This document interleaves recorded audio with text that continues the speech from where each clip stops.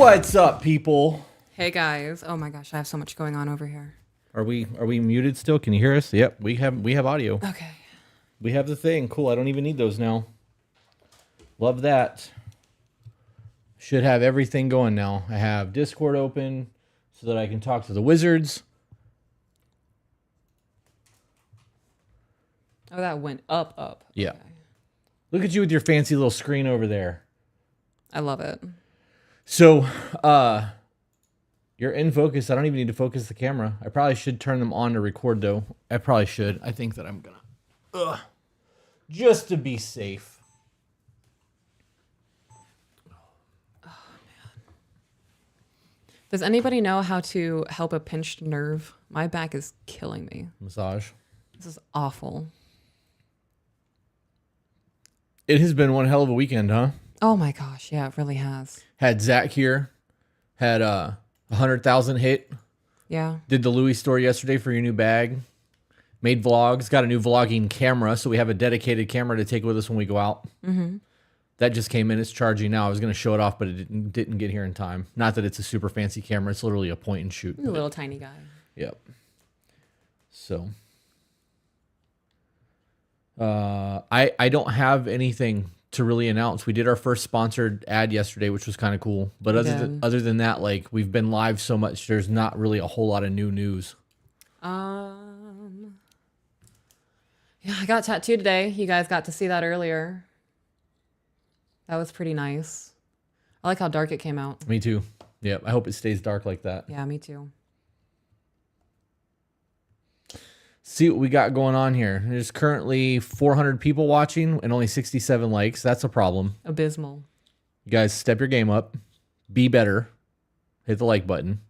And for those of you who are new here who have not subscribed to the channel yet, please go ahead and do that before we get into the email so that we're not disrupting you guys. We want to make sure that we have your undivided attention. Mm-hmm. So like, hit the notification bell, subscribe, share it, and then come back and say done, and then we'll get started with the emails. All right.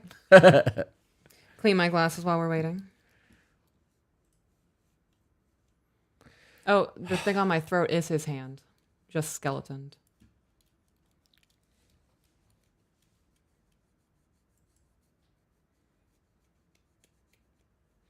All right. I got us into the Discord. Okay.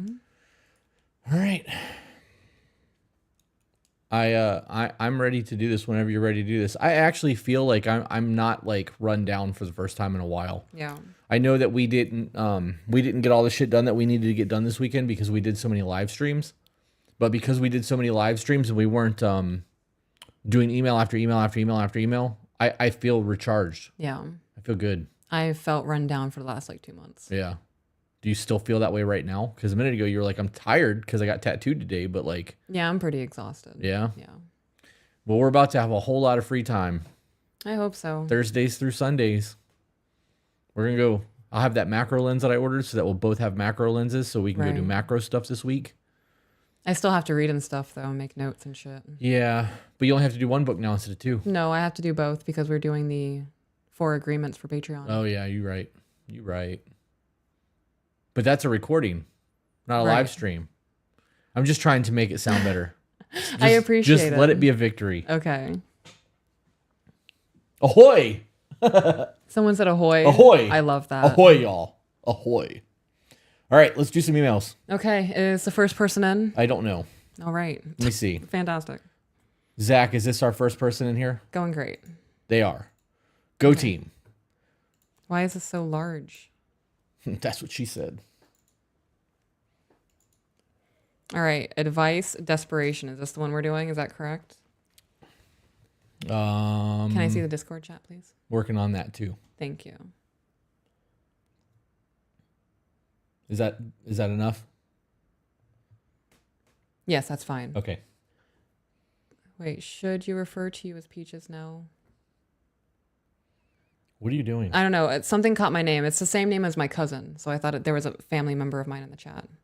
Which reminds me, I didn't message my mom or live. Okay.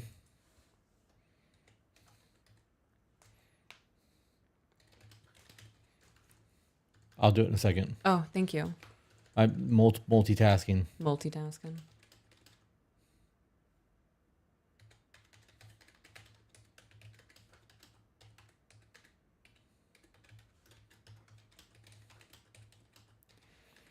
Last time I messaged your mom, she didn't bother to open it.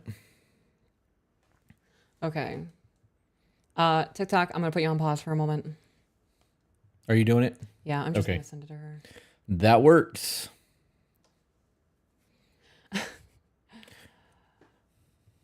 I watched this dude on YouTube. Can't remember his name for the life of me, but he used to be like 700 pounds. And now he talks about people on my 600-pound life. And he gives us like different perspective because he was at that size. It's just crazy. I enjoy it.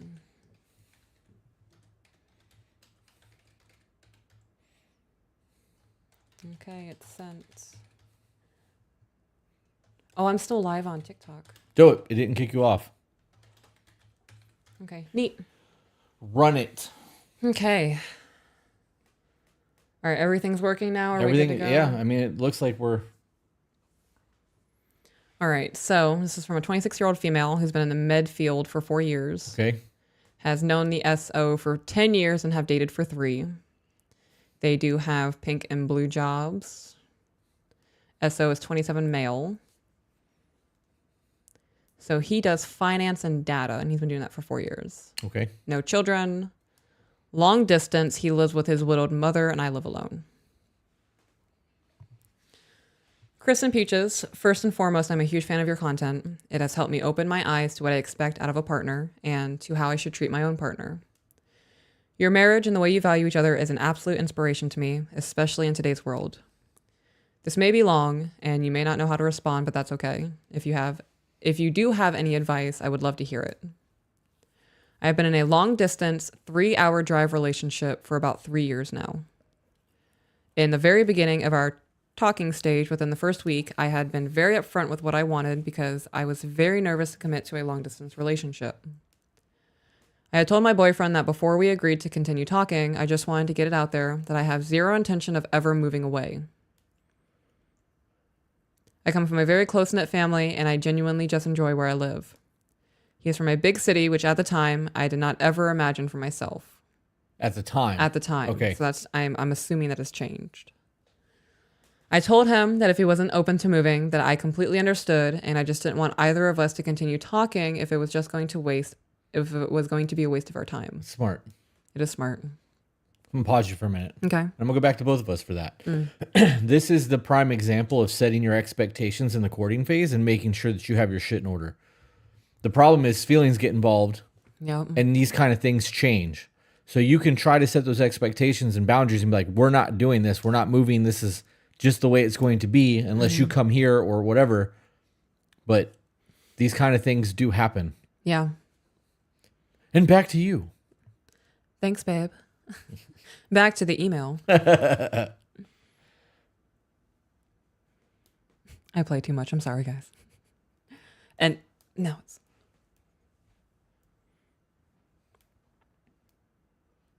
Are you DJing over there? I was trying to get it to move. It wasn't... You know how when people game on like controllers, so like they fucking move with it? That's what I'm trying to get it to scroll.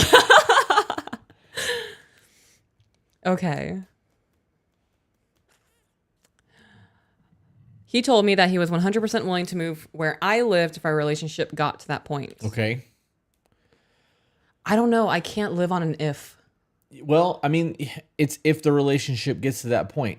It sounds to me like that early expectation of is more like, let's just see where this goes. Okay. Because some people just don't like where they live, or, you know, if they work remotely, they can go anywhere. So it wouldn't really be a big deal. But like people like me who like that small town life, going to a city again will never fucking happen. Yeah. Ever. Where we live is as big as I want to go. Oh, yeah, no, I'm good. I hate seeing cement. I hate hearing the beeping of construction. Yep.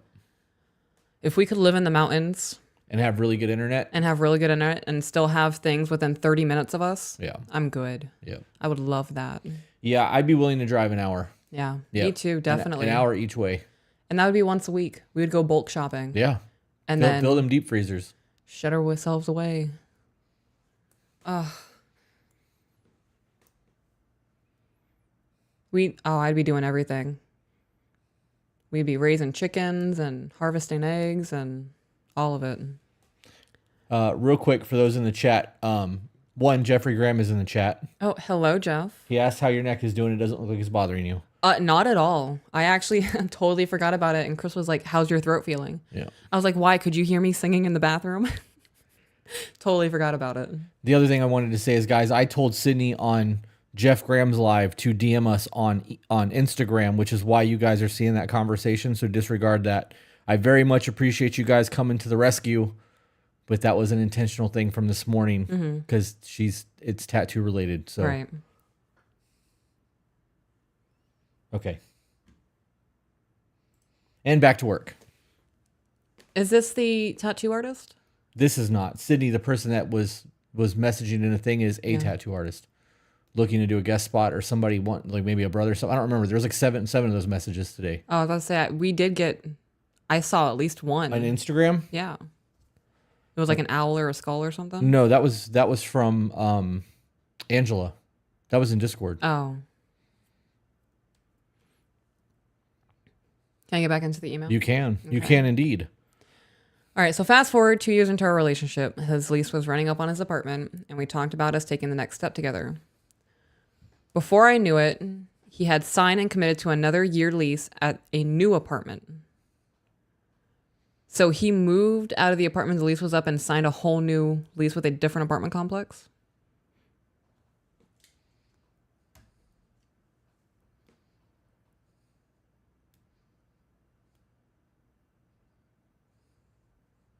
Okay.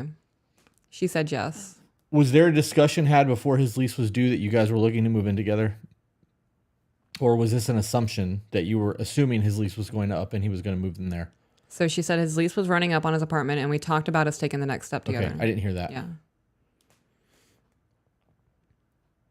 Oh, I was wrong. Sydney is inquiring about editing. I may have to close these screens. There's too much going on.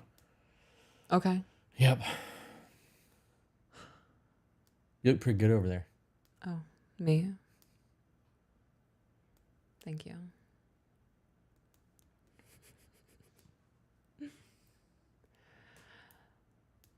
I'm flustered. I can't.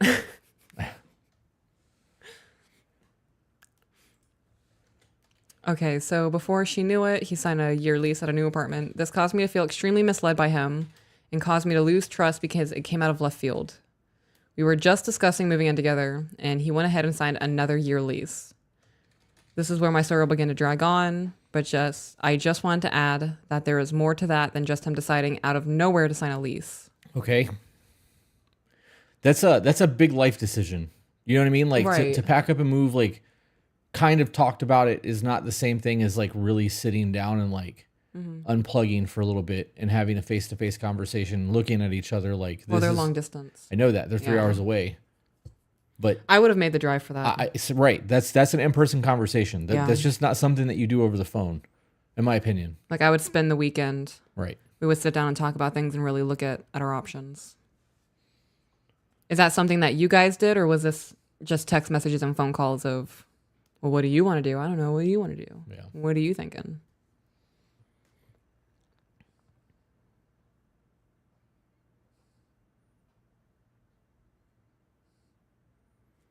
It was discussed in person. Okay, love that. That's All right. good. I enjoy doing these. I know that they can't see what we can see over here. Right. But I like being able to ask these questions while we're doing this. Me too. Yeah, me too. He was 100% on board. Okay.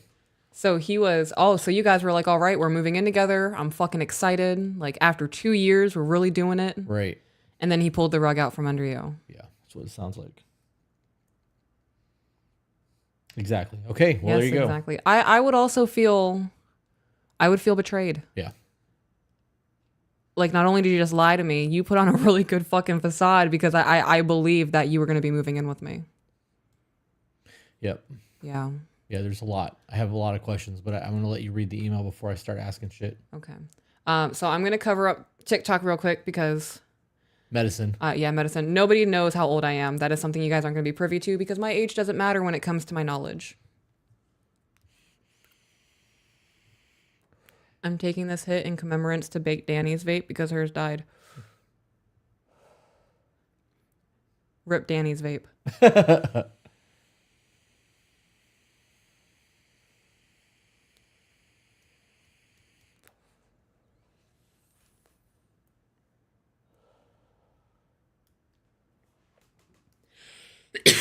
Whew. All right. His mother is widowed. His father died when he was about 7 years old. Ooh, okay, so I need context. So he's currently 27. Lost his father 20 years ago. You said fast forward 2 years into the relationship. What year were you guys discussing moving in together?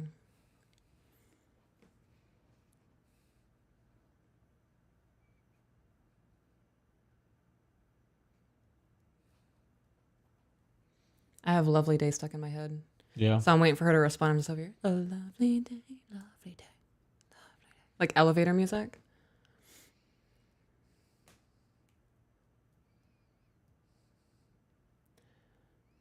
We said after 2 years long distance, we moved in together. Right. So what year was that? That's okay. I understand service. It's also a little stormy here, so it could also be us. So what year was that at the 2 year mark? We looking at like 2020, 2022? Well, she said they've only been together for 3 years. So they got together in 2020. So this happened around 2022. I'm just trying to figure out how long it's been. Has it been a year? Has it been 8 months?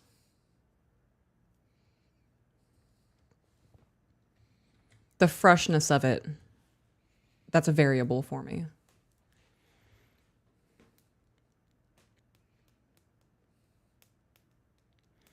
For anybody on TikTok who was asking about the P.O. box, it's currently posted in the YouTube chat. That's why I did that. Mm-hmm. Okay, I'm going to continue reading while she's typing. Okay.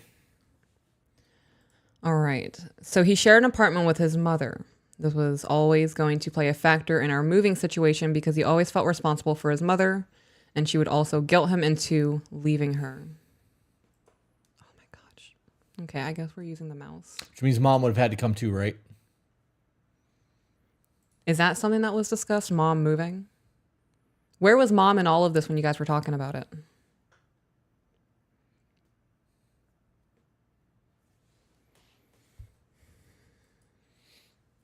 Currently typing. His mom wants to stay in the city. There you go. His mom wants to stay in the city. Okay. So he was 100% on board with moving in. You guys, like he's moving in. I have to start prepping, got to start cleaning a little bit, make room for him. Where was mom going when this was happening? Was she getting her own place? Was she moving in with a family member? Was she maybe getting a roommate?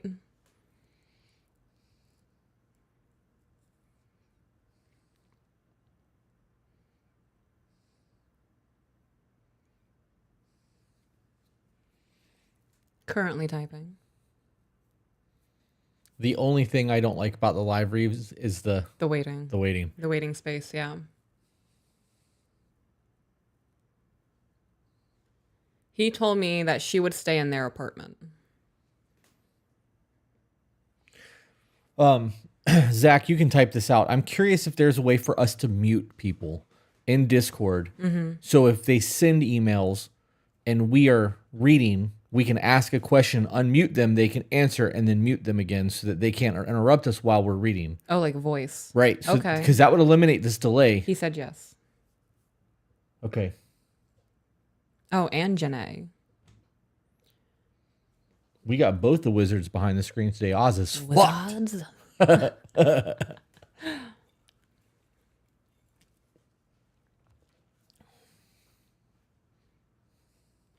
Okay. So back into the email. He felt responsible for mom. Mom would guilt trip him. He comes from a background where it is in his culture to take care of your elders, a lot different from my American culture. I think that what happened at the time is that he wasn't ready to leave his mom. So instead of having that confrontation with me, he does not like confrontation. He does not open up to me. He figured better to ask for forgiveness than permission and just signed another lease. That's that says a lot about what's going to happen long term in your relationship. I was just thinking that Yeah. if he's willing to avoid the confrontation of this, what if like really serious life matters come up? Yeah. You don't know what's going on, and all of a sudden you guys have $100,000 in credit card debt because he was too scared to tell you that the finances were fucked up. Right. Yeah, that's a big problem for me. Yeah. It's a big, big problem. I also think that it's a shame that we have the issue in American culture where people don't take care of their own anymore. Right. But it's a whole different subject. Yeah.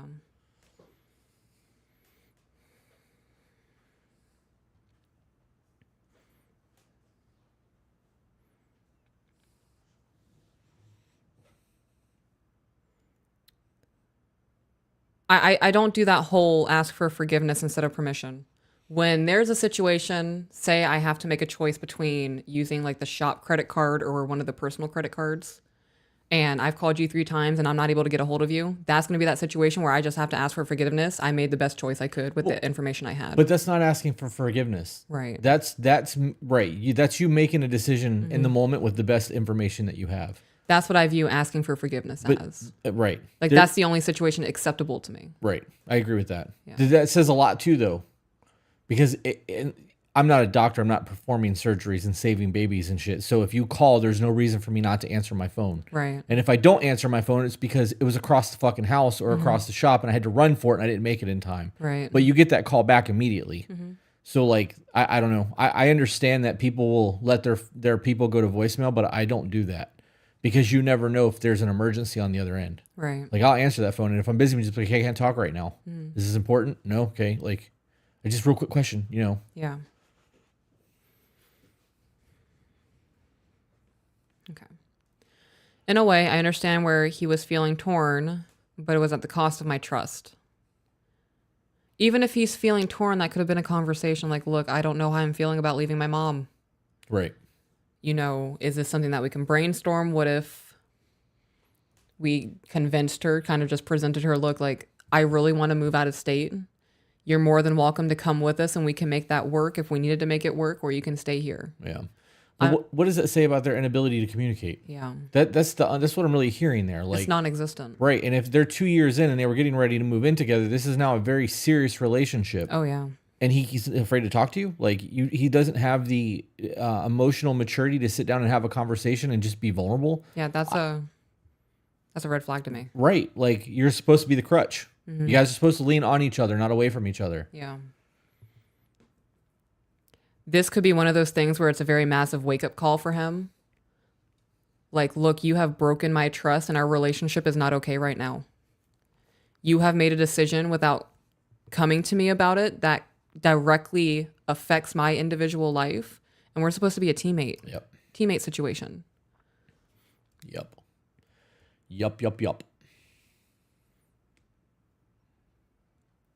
We did argue over that situation, but he promised that once his lease was up, we would live together. So he's promising you a second time after breaking the first one. The definition of insanity is expecting a different outcome doing the same thing. Yep.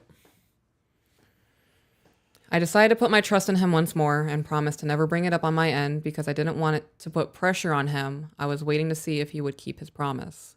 Meaning never bring up the fact that you fucking lied to me. Right, the situation, or never bring up moving in together?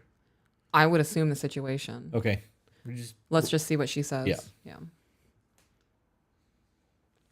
Little sippy sip. Zach, while she's taking a break, if you get the opportunity, because since AJ's not here and I can't ask him to do this, can you look into the monetization on YouTube and drinking? Because I would really like to be able to drink whiskey on the podcast. Yeah. Thank you, Zeke.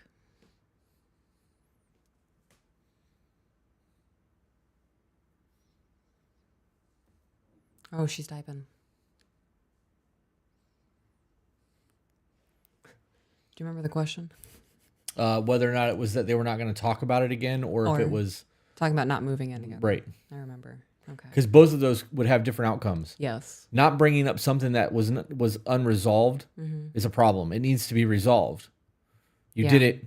I'm accepting that you've done it. You've apologized. We're going to move past this and not talk about it anymore. That's different than, we're long distance and we both want to live together, but we don't want to talk about this again. Like, right. There's definitely a difference between resolving and just arguing and shutting down and just never acknowledging it again.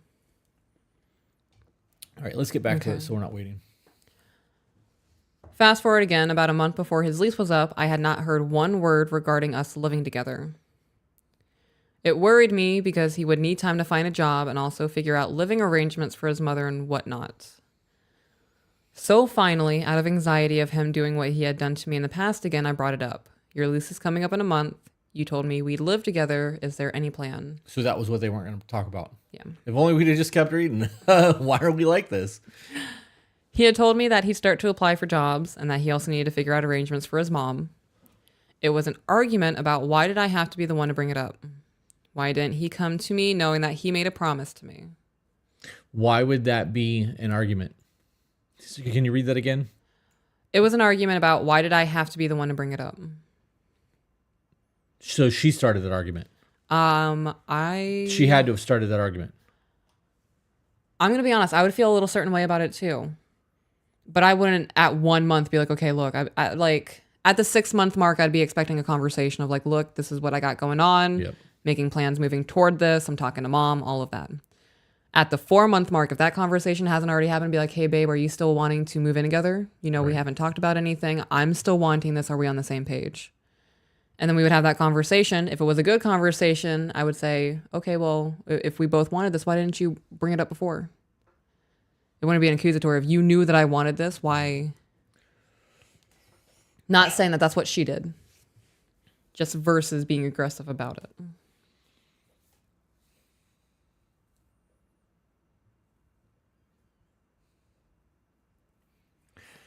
I know that there are people in Discord who have very successful long distance relationships, but I don't believe that in a high percentage of cases that they work.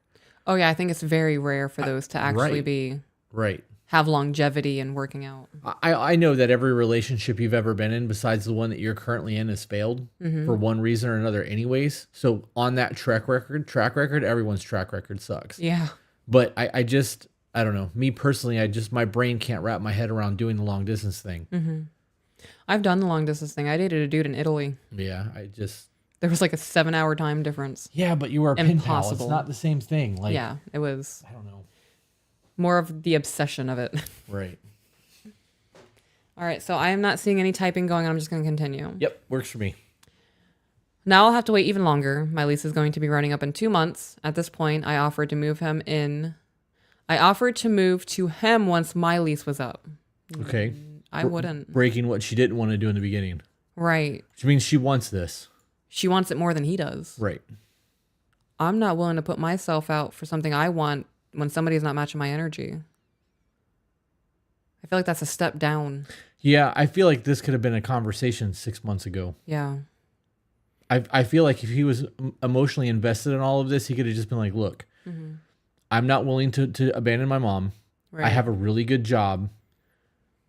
Maybe we should talk about you coming here. The worst that she's going to do is be like, no, I'm not coming there. And be like, cool, well, I'm not coming there. So what do we do now?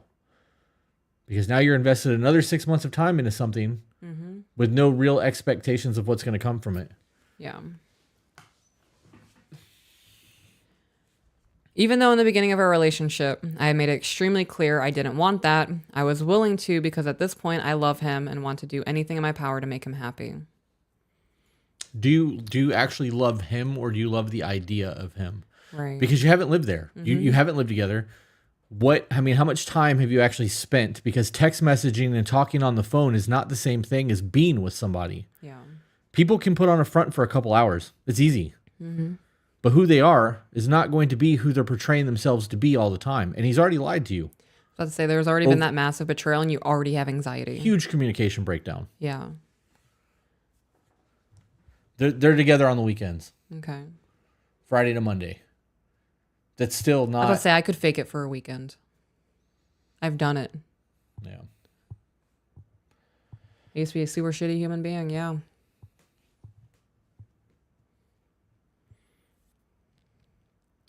So you want to do everything in your power to make him happy. Is he willing to do the same? Can you say definitively with your chest that this man is going to do everything in his power to make sure that you're happy as well?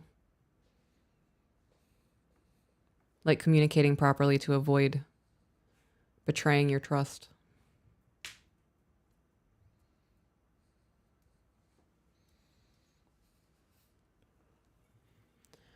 I knew he was torn because of his mother and me. I didn't want to be a part of that. I can't imagine having a mother who is widowed.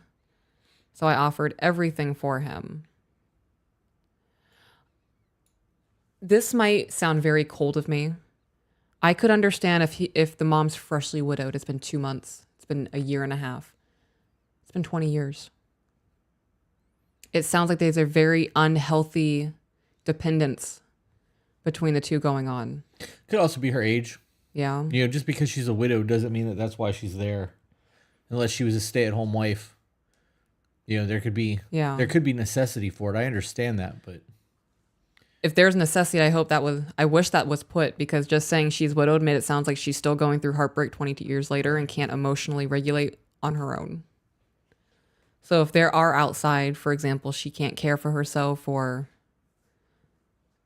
just needs outside care, that's a totally different story versus a unhealthy emotional attachment. Yeah. I put it all on the line. He had told me no, that his worry was that I would not be happy moving there and that I needed to be patient and he would come to me. He would move to me, just give him time to find a job, so I agreed.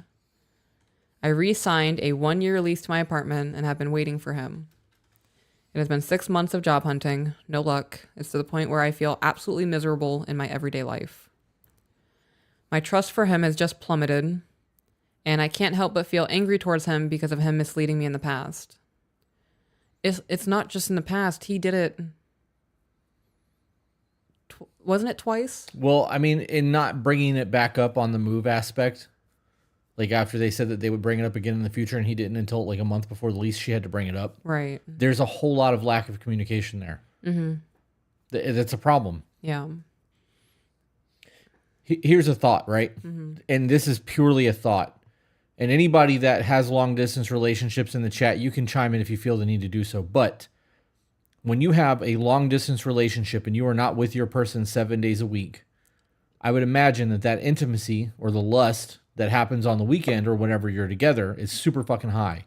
Lots of touchy-feely, a lot of emotional contact, physical contact, like you are deeply engaged with that person while they're there. Mm-hmm. If she's only there on the weekends, I would imagine that weekend time feels incredible. Yeah, because I haven't seen each other for 5 days. Right. Yeah. She said that the mom's completely independent. Yeah. So my trust for him has just plummeted. I would also be angry because at this point you're still living with his betrayal, because he could have been there a year and a half ago if he was just upfront with you about things. Right. Or you wouldn't have had that expectation and the hope of, all right, our life is moving forward. We're actually going to be able to build our lives together. Being on hold for almost 2 years, I would be a little spicy about it too. I get pissed when I'm on hold for 30 minutes.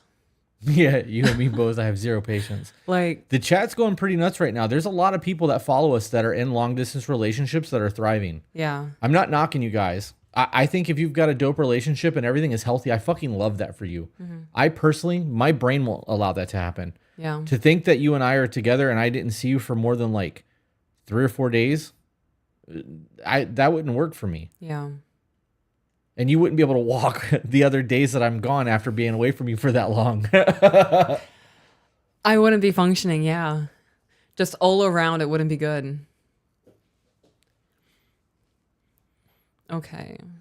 Somebody in the chat asked if she's met the mom. Yes, because the mom lives with the son. Yeah. Who she's dating 3 hours away. Okay. I am just not being the person I want to be in a relationship. That sentence right there, I am just not being the person I want to be in a relationship, is enough for me to go, all right, so either this is going to be fixed or I'm moving on. Yeah. That's what it sounds like to me too. I am not willing to suppress who I am to appease somebody else. You can fucking choke on me. Now he has been consistently looking for jobs, and he can blame it on that it's out of his control because he hasn't gotten an interview, which is true. Does he have a trade? What does he do for work? She said he does advertising. Oh, yeah, that's right. And something else. Data. Finance and data. Okay. I understand that it's not in his control, but I can't help but to think if he had done all of this when he had originally had promised, maybe he would have been living here by now. Right. I finally told him that I'm sick of waiting and that I will just terminate my release. I have to pay a large fee to do so and just move to him. Why move to a man Wait a where minute. you can't be yourself in a relationship? I want to know what his response to that was. It was no. At this point, I just want to be happy and live together. He still tells me no, to continue to wait, that he will follow through with his promising to move to me. Nope. He's telling you everything. You know, He doesn't want that. You could terminate your lease for this large fee that you're going to pay out of your pocket and move in with him and still be pissed off at the fact that he lied to you and now you left the state you didn't want to leave. Yep. You're going to be more miserable. No way in hell would I do that. His reasoning is that he wants me to be happy and also that I had just moved into my apartment and he doesn't want me to pay the lease termination. No, he doesn't want you there. If he wanted you there and you offered to move and this is really what he wanted, don't you think I'd have been like, yeah, babe, come on, let's go. Let's run this shit. Let's do it. You paid $4,000 to break my lease out of my apartment to move me in. Yeah, I did. Yeah.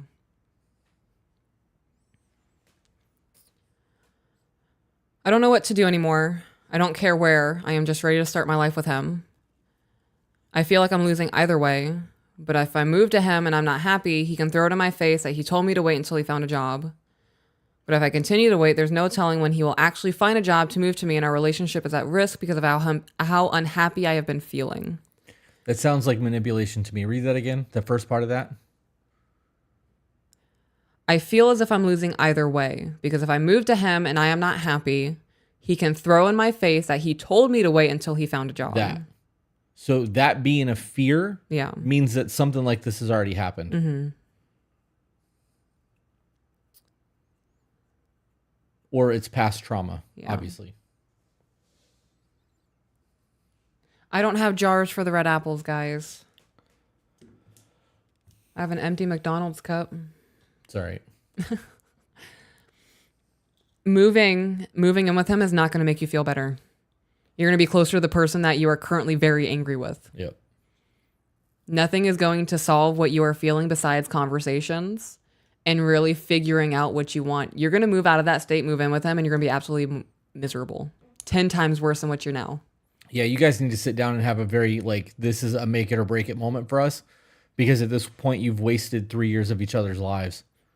There's a man out there right now who would have moved in a heartbeat. Yeah. I don't understand that mindset on a man being like, I can't find a job. The fuck do you mean you can't find a job? Right. I've worked since I was 13 years old. Mm-hmm. The longest I have ever gone without a job was 2 weeks. And it was by choice because I wanted a vacation. Yeah. I feel like this email may make it seem like I'm trying to make him look like the bad guy, but I'm not. No, I don't think he's a bad guy. I think that he doesn't know what the fuck he wants in life. And he's panicking trying to figure out, and he's buying more time with you, and you're allowing him to buy more time from you. Yeah. Yep, that's exactly what it sounds like to me too. I'm good on that. I accept currency and actual love, affection, and loyalty. Not on dreams, hopes, and empty promises. Mm-hmm. Yep, I want the show me shit. I don't want to hear about it. I'm good. He genuinely is my best friend, and we could not be more perfect for each other. Wait. You want to know one of the reasons why I think you're perfect for me? Okay. Our communication is so on point that if my face is wrong, you know something's wrong. Yeah. Yeah, I do. It's because I pay attention. Non-verbal communication is what 80% of conversing. Mm-hmm. And we have it so down to a T that I can tell when you're uncomfortable in public and we need to leave. Right. We had hand signals for that shit in the beginning. We don't use them anymore. Yeah. We don't need to. Yep. This whole thing, he's perfect for me. That's not true. If he was perfect for you, you guys would be able to talk to each other. Yeah. That communication would be there. There wouldn't be lying. There wouldn't be hiding. There wouldn't be manipulative behavior. There's a whole lot of flaws in this. So don't call it perfect. Yeah, it's not. It could be a good thing and you could be in love and that's super fucking dope. Mm-hmm. But there's a whole lot of things that need to be worked through here. It's not perfect. A lot of flaws. This is the only fault in our relationship, but it's a huge one. Do you mean the communication? Because you're correct. Your communication is the biggest flaw in your relationship. Right. And then the lies, the rocky foundation at this point, like the lack of trust, building on something broken. Your whole foundation's kind of wrecked right now. Yep. So we can either agree to tear this one up and start over and rebuild it, or we can just admit that this one's a loss and go build a new one. Build one for yourself and then wait for somebody to come along who can actually add to your foundation versus cracking it. Yep. This is the only fault in a relationship, but it's a huge one. I never want distance to break us up, but I'm suffering every day because of how difficult it is to live a normal routine, feeling so lonely and not knowing when I will be able to start a life with him. Okay, let's pause that then, because it's not the distance that's doing this. It's the fact that your foundation is fucked up. It's the fact that he lied to you and misled you. Right. I looked at the chat a minute ago. Yeah. Like, we have OGs who are like, I'm in long distance relationships and it's expensive as fuck, but we're making it work. Yeah. You can, the distance may suck, but that's not what the issue is here, because you were doing the long distance thing before the lies started or before the trust was broken. That's a fucking problem. So everybody that's in long distance relationships, if you're in the chat right now, is the loneliness of being long distance too much if everything is good on the communication side? You're texting, you're talking, you're being vulnerable, you're being open, your emotional needs are being met, and you're able to maintain intimacy digitally. I'm fairly certain Dahlia is in a long distance relationship. She is. Yes. And her relationship's fantastic. Yeah. So is Julie's. Right. And from my understanding, there was like a 3-month period where she wasn't able to see her SO.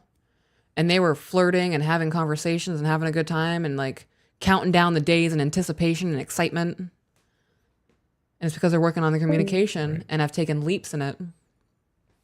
See, everybody's saying no, it's amazing. Absolutely not. It's not. No, no. Yep. Legit distance isn't the issue. It's really not. Yeah. Julie's in the chat. She said, nope, we communicate all the time. Yeah. Not lonely at all. We have an amazing relationship.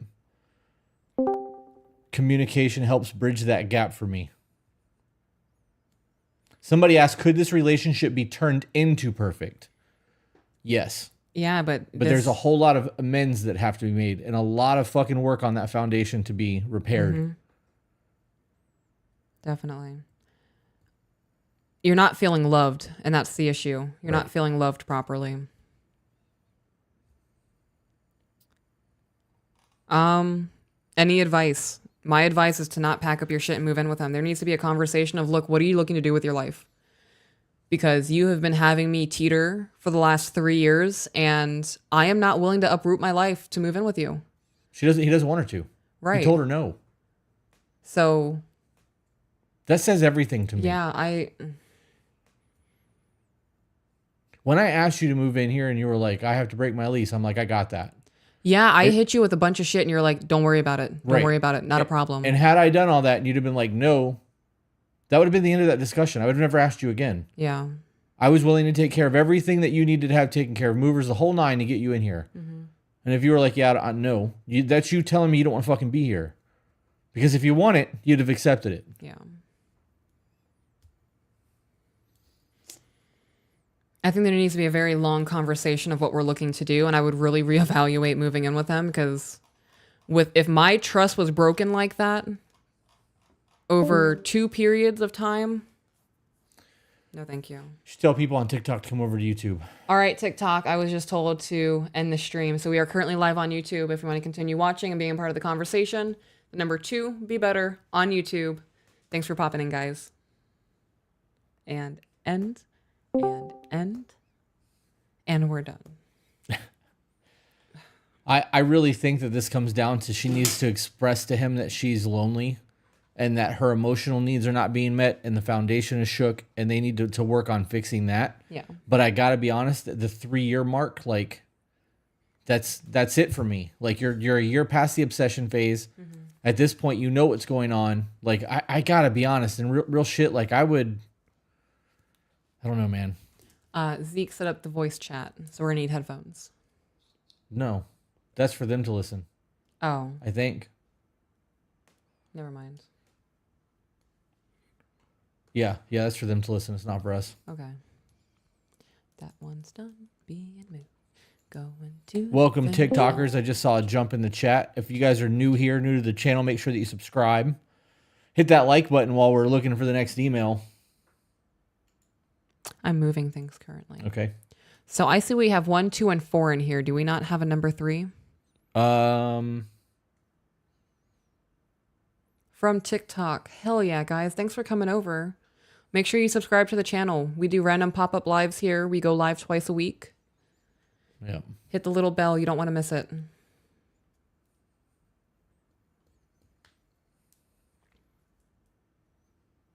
Somebody asked, so guys, I'm so used to just answering questions in the chat, and we said we weren't going to be doing that anymore until after everything is done. We would then hit some supers and answer questions that we feel like answering at that point. Right. So she said, okay, we can just keep it as text for right now. I want to test the chat thing before we actually do that. I don't want to do that live, the voice thing. Okay. So let's just run it like this, and then we can set up a Discord chat some other time and try to figure all this out. Okay. Anyways, we will be answering super chats at the end of this, guys. Oh, from TikTok. Peaches, your side profile is perfect. I hear that a lot. What? Your side profile is my favorite. I was about to say some really inappropriate shit. Like what? Let's move to the next email. Whisper it to me. Go like this so they can't hear you. Text it. Please. Next email.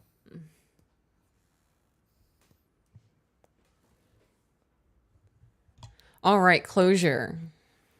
So this is from a 42-year-old female who is, I believe, self-employed for 17 years, has known the significant other. Oh, I just see 9 months. So have you been together for 9 months, or have you known them for a total of 9 months and have been dating for 9 months?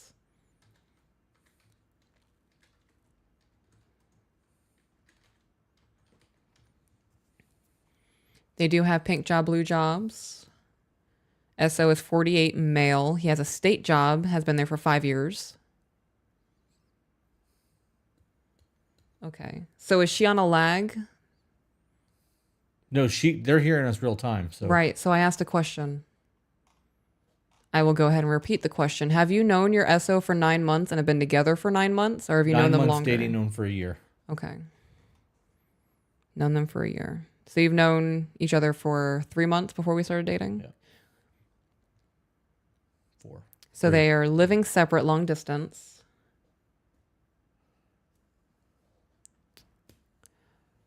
Okay. How do you give yourself closure after being ghosted in a relationship?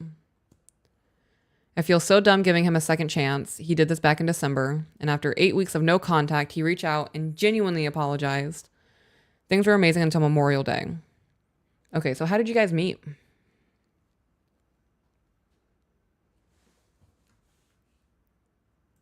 Okay, it looks like it's caught up.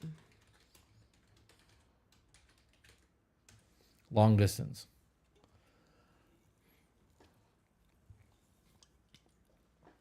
While she gets answers, I'm going to get a drink. Would you like anything while I'm up?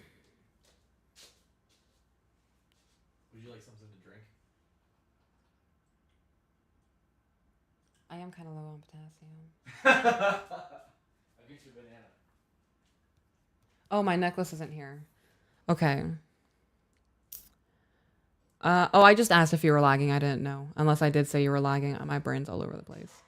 We met at a family barbecue. I have family up north. Then I went on a dating app and found him there too.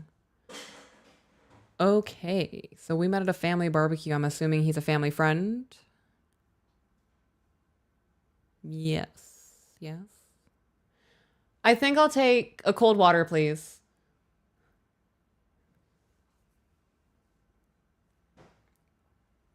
All right, I'm going to continue reading and waiting for that response. Okay, so he ghosted back in December, apologized, things were dope until Memorial Day. When's Memorial Day? Thank you. Last month. The last month. Okay. He works with my uncle. Okay, dope. Oh. My father was in an accident and my partner just completely left me high and dry. No fighting, nothing negative. We were working through the distance. We live 5 hours apart. And I have family near him and was planning on moving in a year after my son was done with trade school. Anywho, he didn't respond to my text calls, nothing. His birthday came a few days later. I sent him his gifts because I had to be here for my dad. He did not thank me for them. I texted him happy birthday. Tried to call and wish him a happy birthday and posted on his Facebook and got nothing. He liked everyone's birthday comment but mine. I had a dream he was back online dating, the site we met, found him on there and left him one last message, but was very classy, but called him out on his ghosting. Back online dating, wished him well and told him I hope he finds what he is truly looking for. Unfriended him and officially gave up trying to talk. Okay, so you had a dream that he was online dating, so you went and checked the dating app that you guys met on and found him there?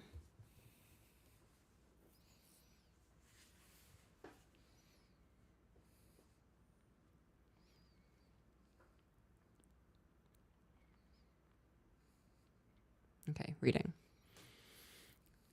I will never have this man back in my life, but I just feel so ignorant having fallen for another dud. How to give closure to oneself when there are so many questions left unanswered. I have so much rage and anger and just want the world to know he is a fraud and a player. Why? Why do you want the world to know that? Okay, so she had the dream and then went and checked the app.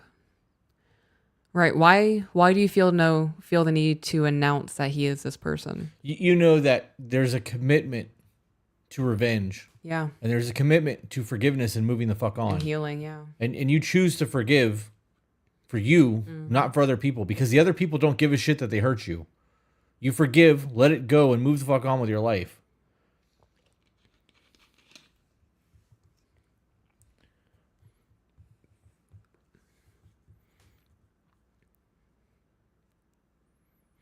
Yeah, that's a lot of commitment to being so angry. It is. And announcing this person's a fraud. I'm good. And like, you've shown me who you are as a person. I do not want this energy in my life. I'm going to go ahead and move on. And my best recommendation is to work on yourself. Stop going on dating apps. Stop looking for a man. Work on yourself. I discovered I'm attracted to this type of man due to a childhood trauma. Going to do inner work before I even begin to think about dating again, if I ever date again. You'll date again. Yeah. Give it time. We tell people constantly, do all the work on yourself before you start dating. Get past as much of your triggers and trauma that you know you have. And then start dating. Court. Learn people. Make friends. Like, right. You'd be surprised what the universe will put in front of you when you're fucking ready to accept it. Yeah. You hear people all the time about how shitty their fucking life is. It's because they've never done any work on themselves. They have no ambition, no real desires. They're waiting for the universe to give them something, and it doesn't work that way. You take a step towards it, it'll take a step towards you. I wish someone would have warned me. Dumb, I know. Not looking. I was single for 3 years before him. That's not somebody's job to enlighten you. Right. You knew him for 3 months. And chose to date him. And when he ghosted you, you chose to forgive him as well. Right. After my last relationship, told myself that I would not get into another relationship without knowing the person for at least a year. Yeah. Well, and you knew me for 3 years before that. Right. So there has to be that friendship built. I have to feel like I can come to you with the silliest little thing and you're going to laugh about it, which you did. Never felt judged. I need to know quality of character before I decide to commit myself to somebody else. Right. To entrust somebody with my glass heart of feelings. 3 months is not long enough to trust somebody with that. Says a lot about somebody too who can just cut somebody off and ghost them like that. Yeah. Like when I hear that, I immediately think that it's a smash and grab or Me that too. you're a side piece. Yeah. There was no real anything there. If somebody can just walk away from you like that and just stop speaking to you as if you never existed, Yeah. to them you really didn't. 'Tis my thoughts on that one. Grow from this. It hurts now. View it as a learning curve. Everything in your past is a roadmap that you've built for your future. Add this to your roadmap with a massive avoid sign, hazard, don't go here.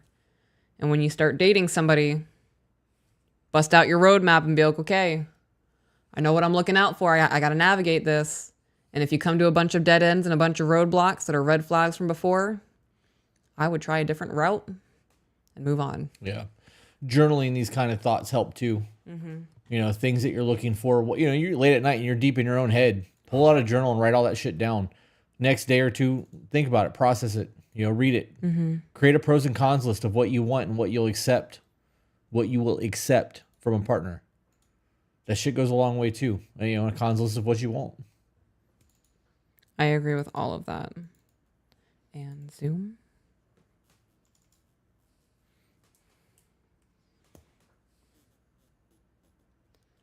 Yeah. I'm sorry it hurts. A Little Bit Stronger by Sarah Evans was my breakup song for the longest time. Never heard it. And that song got me through a lot. So I would recommend A Little Bit Stronger by Sarah Evans. Listen to it, cry your feelings out, maybe light some candles in the bathtub and just sit with your emotions. I do that sometimes. And I hope you don't walk in. And if you walk in, you get to see a new side of me. I just sit there with myself and discover things, poke around a little bit. This sounds very filthy. I am so that sorry. Really did sound pretty I mean dirty. my mind. I know what you meant. But My emotions, my psyche. I sit with myself and I work on me. Fuck.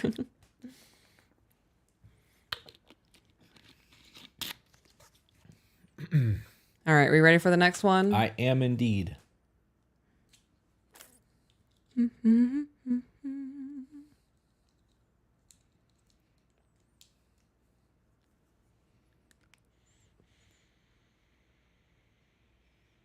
Oh, I love My Chemical Romance. My Chemical Romance was like that intro band for me into like the scene as a kid or as a teen.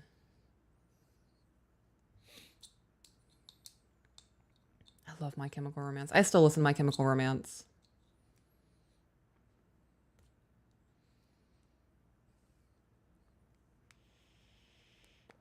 You're welcome.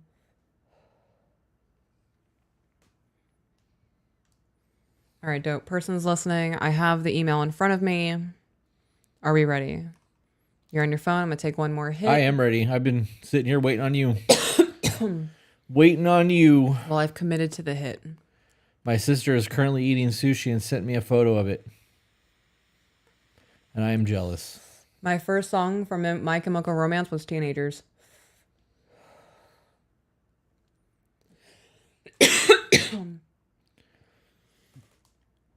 I want to get Soft Angst tattooed on me somewhere because I'm still angsty, but not as hard as I was when a teenager.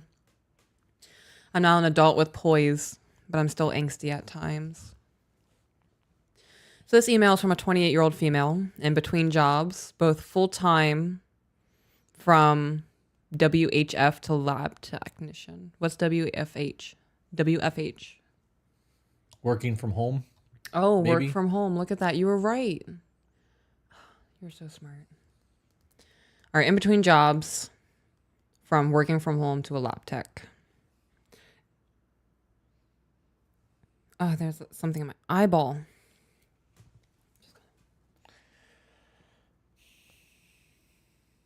Okay.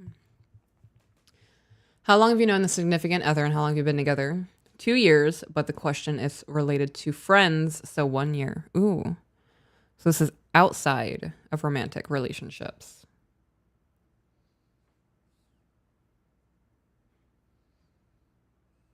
I'm waiting for her to respond and she's not, so I'm going to continue reading. SO and them don't have traditional boo jobs, pink jobs. No kids. And the issue is with friends, so they live with the SO. Yes. What was that answer to? I don't remember the question. I don't either. How unfortunate. Well, I'm glad I don't answer yes. Thank you for getting back to me. It was about friends. Oh, okay, yeah. So the email is about friends. So all the friends are online. Same. No, I'm kidding. I have 2 friends in real life, guys. Hello, Chris and Peaches. I am currently caught up on your podcast, and I'm now getting into your love language videos, and I cannot thank you enough for all of the hard work you two do. I like it when people say that. Me too. And the insight that you've shared. I texted Chris the other day and I was like, oh my God, babe, are we philosophers? Because I was sitting outside underneath my rumination tree, just thinking about things, pondering the 4 agreements. And I was like, this is what philosophers do. They just sit around and think, and this is what I'm doing. And it's benefiting people. It's altering opinions. That's what philosophers do. And you're like, no, I think we're just two idiots on the internet. we are two idiots on the internet, but people enjoy it. Yeah. I was more addressing the hard work aspect because I don't think people realize how much goes into this. It really is a lot. It's mentally exhausting. Peter addressed it today because he remembers when we were doing the whiskey podcast. Yeah. And he's like, this has got to be life consuming. It is. Yeah, bro. It's like 60 to 70 hours a week. On a bad week, it's like 80. Yeah. Yeah. It's getting better, though, because of the wizards behind the screen and AJ and potential editors coming in. Okay. All right. Back to the email.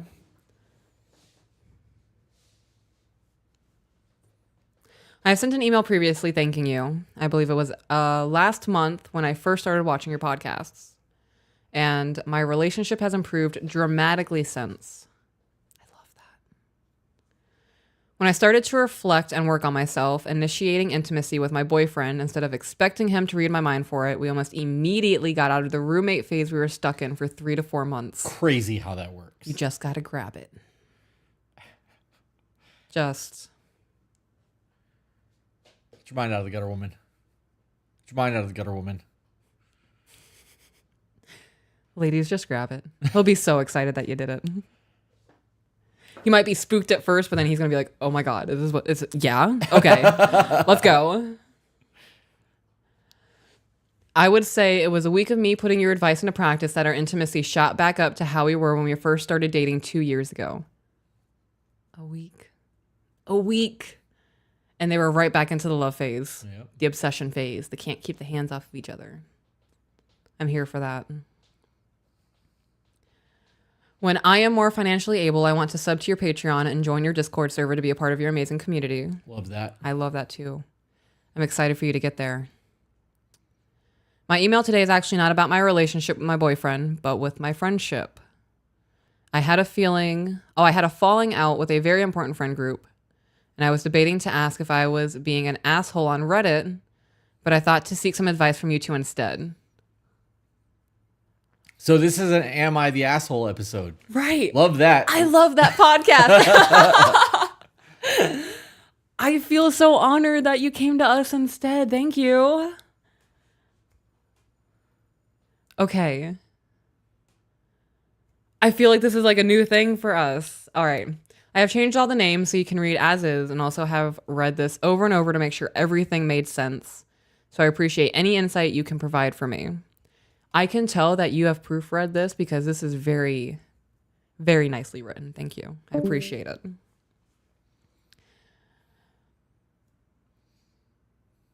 You did great. She said I tried. You did great.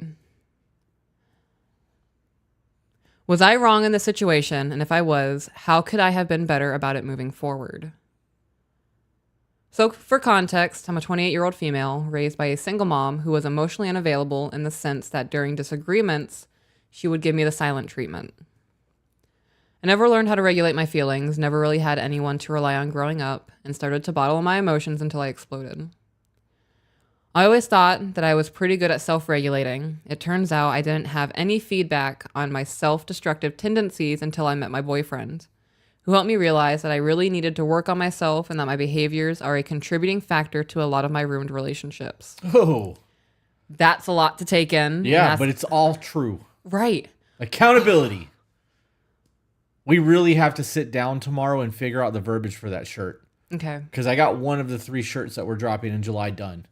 Hell yeah. I love that self-accountability. Me too. That's a hard pill to swallow. And then once you do, it's like everything changes. Yeah. Everything. She said most definitely. I lost pretty much everyone in my life when I went through my really big self-growth change. Yeah. And how dope is your life now? At least once a day, I look at you and I go, I love our life. Yeah. I love the life we have together. I also thank you for providing the life that we have together. I love you.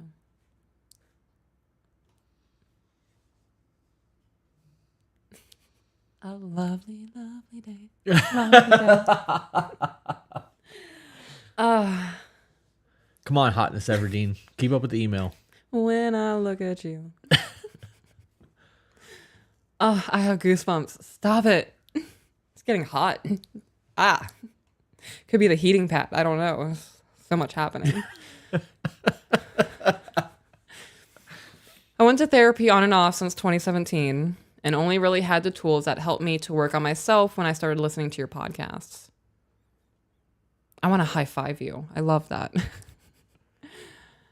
I was very much stuck in the victim mentality, slowly chipping away at it since my middle school years, where I constantly ruined my friendships with my behavior and never really self-reflected or worked to improve myself. Do you want to know why people avoid doing that? Because it's too painful to look back on the fact that you weren't perfect. Because it's easier to be the victim than it is to make change in your life. Right. Everyone pity me. Oh, poor me. Oh, it's okay. Yeah. Well, that ties into the four agreements, that what they were talking about. Everyone has this perfect version of themselves. Right. So reflecting on past behaviors that don't live up to that perfect image of you is too hard to do. So you'd rather just not do it, like you said. Yep. We got to do that video this weekend too. Or next week, Monday or Tuesday. What video? Because of this weekend's lot for the Patreon, the four agreements. Oh, yeah, that's right. Because of this weekend and all the live streams that we did, it did set us back a little bit, but I think that we'll be completely caught up by Thursday. Okay. So, which is exactly what I want, because I want to be able to go out and do shit Thursday morning. I do need to, I have to do both notes. We also need to do your passport or TSA pre-check this week.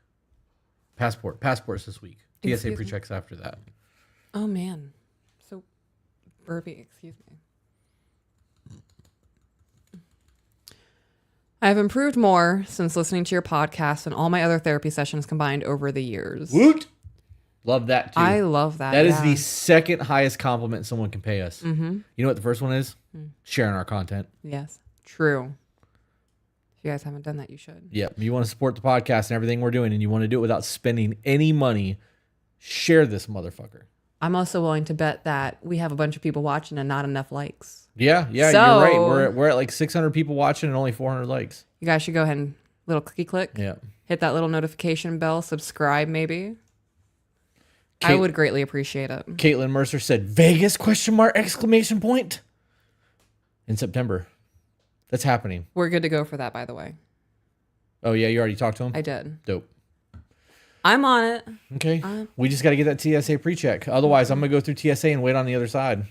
I'd be sitting there while you're standing in line. You like sitting there watching me eating Chick-fil-A or something? Yeah, but I'll be sitting on the other side of the airport waiting while you're in line at TSA fucking...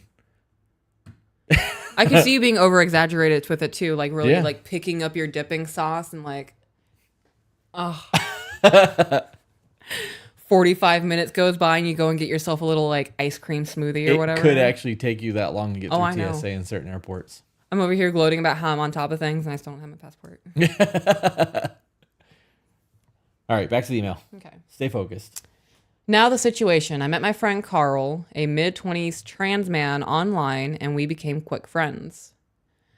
I read the name Carl and I just go, Carl, that kills people. Have you ever seen the llamas with hats? No. It's such a stupid thing. I loved it. I soon met his other friends, Amy, early 20s female, and his partner, Vincent, mid-30s male.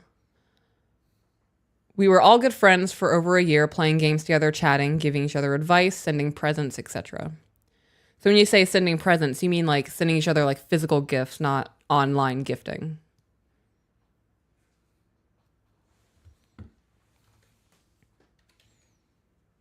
Yes, physical gifts as well as online gifts like games or gift cards. Okay. I was hanging out with Vincent and Carl, and we got into the controversial topic of male privilege and reserve. I think they meant reserve racism. From dictionary.com. Oh, shit. She added in the definition. Okay. Because I don't know what reserve. Oh, reverse. There's no such thing as reverse racism. Reverse? Racism is fucking racism. Right. So I've never heard of reverse racism, so I'm so glad that you included that definition. Intolerance or prejudice directed at members of historically dominant racial groups.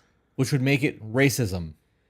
Putting that other word in front of it doesn't change the fact that racism is fucking racism. So do you mean if someone hates on like MLK? Doesn't matter what you're hating on. Right, but is that what they're talking about? They're meaning if somebody hates white people and they're a person of color that hates white people, it's considered reverse racism. It's not. It's fucking racism. Oh, okay. So because of actions of like the triple K, that's trickling down to hate on me because I'm associated with the race that did that. I'm trying to understand. Right. I just explained it. She's explaining it twice. Okay. Well, I'm repeating it to make sure I'm grasping it properly. Right. Reverse racism is people of color hating white people. Okay. That's what they consider reverse racism. Racism is racism. There's no reverse in front of it. If you have a hatred towards a person of any ethnicity, you're a racist. Period. Well, that doesn't make sense to me because intolerance or prejudice directed at members of a historically dominant racial group. Right. Well, in America, it would be Caucasians because we were historically dominant. Okay. So this wasn't specifically created as a term for like hating on the white race. It is. That's exactly what it is. Okay, because there's other countries where it's not white people. Right. So that doesn't apply to them, it's just racism. Other countries don't play the race card shit like we do here. Other countries don't do this. I know that. I'm trying to comprehend. This doesn't make sense to me. Yes, it's mostly an American thing. Guys, it's really... Why do we make it so difficult on ourselves? Yeah. You know that Tim Ross from The Basement had a video, and I've looked for it. I can't find it. I've looked for it a couple times just so that I can clip one part of it. And he talks about the first time that he left the country, and he had on his passport African American. And when he went through fucking customs and he had to show his passport, they crossed out African and said, "You're an American, leave that bullshit in your own country." He was like, I didn't know how to take that. How do you take that? Play that game in other countries like we do it here.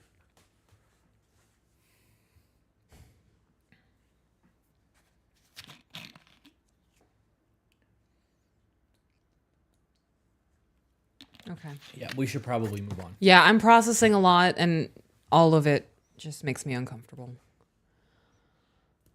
I was on the side of men naturally having an advantage in society for being born men, and that reverse racism does not exist. I do not want this to devolve in this topic, specifically more on what happened afterwards. Vincent had the opposite opinion of me, and Carl was on my side. I did not yell at Vincent. I may have elevated my voice some when being defensive on my view, but I did not call him names or trash his opinions. Just as a woman, I tried to get him to understand my point of view, which he did not seem open to. Or he just disagreed with it. I don't know. That's one of those things that like this comes down to perception. Right.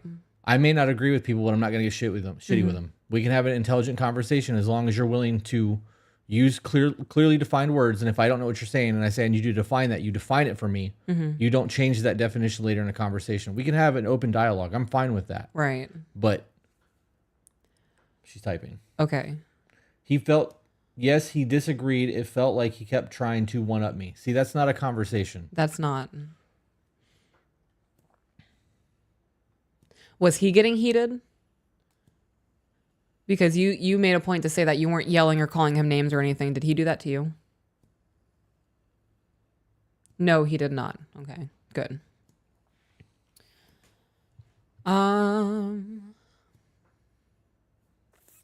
This is all from my point of view. I do not really know how he felt because after that conversation, we never spoke again. Oh, so he's in his feels about this. This comes down to that connection discussion that we've been having for like the last month. If somebody's willing to not just disagree with you and be friends later, they're not your friend. Right. They're not. That's a very big red flag to me. I have a lot of friends that I disagree with, especially on political views. You can live your life. It's not affecting me. Right. You know, we can be friends outside of our political views. I still enjoy you as a human being. You know, back in the day when men had a disagreement, they would go outside, throw down, stand up, shake hands, hug, go inside and have a beer, and things would be normal. Or they would leave, go home, and the next day be like, "You over your shit?" And be like, "Yeah, I'm over my shit." And life just continued. That's not a thing anymore because people don't have authentic connections. Right. You can thank social media for that. Vincent, I remember, so Carl is a trans man. Vincent was born male. Right? Am I recalling that properly? She said yes. I thought that yes was already there. No, it might have been. I don't know. Okay, I'm just going to take it as the yes. I got to be honest, when people start saying that somebody's trans or this or that, I don't retain that information. If the dude's name is Carl, it's Carl. All of that other information is irrelevant to me. Well, I'm asking because Vincent later on told Carl that I was attacking him and that it made him feel icky about the situation. He uses the term icky. Yeah. Okay, so Vincent's a pussy. But Vincent said that he felt like he was being attacked. Who the fuck uses the term icky? What are you, 5? It's caca. Yes, he actually said icky. Okay. So he just felt like he was being ganged up on.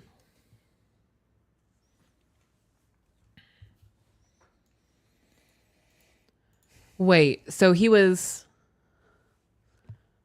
Oh, fuck, this is so much for me to process. I just learned about reverse racism, which does not make sense in my brain. Like, the synapses are just not... Okay, so reverse racism, that was the conversation. Vincent got upset because he believes reverse racism is a thing, and you and Carl are like, we disagree. Okay. Why is he so strong on that stance? The real question is why couldn't you guys just both go? So we agree that racism exists and it can be used towards everyone. Because by saying reverse racism, you are agreeing that racism exists. Right. So just remove the first word and just admit that racism exists. Super fucking simple. Right. It's really... Okay. Okay. That's not the whole point of the email. Right. So he felt icky about the situation and that Vincent didn't want to speak to me for the time being. I thought that I was close with him enough that we could talk this through. We talked to each other almost every day. But he very easily dropped me as a friend after this. Because you weren't his friend. Friends don't do that. So what did he say to Carl? Because Carl was like, yeah, I agree with her. You know what he said. It's icky. Right, but do him and Carl now have issues? That is a good question. No, they're fine. So what does that tell you?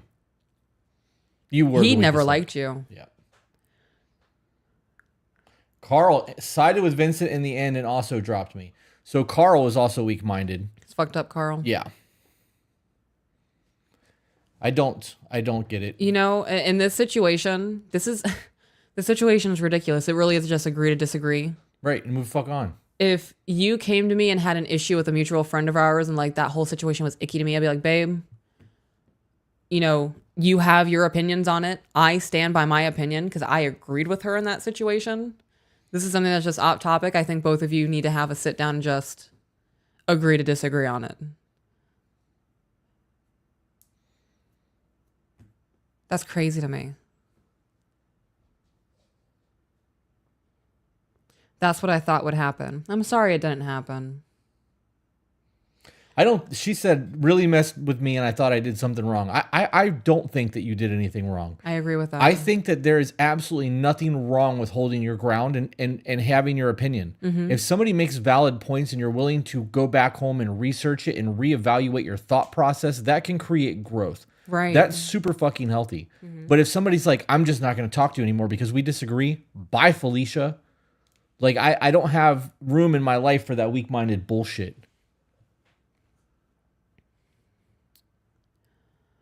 I was hurt. I thought to give him space, maybe offer to speak with him about what happened after he's had a chance to feel better.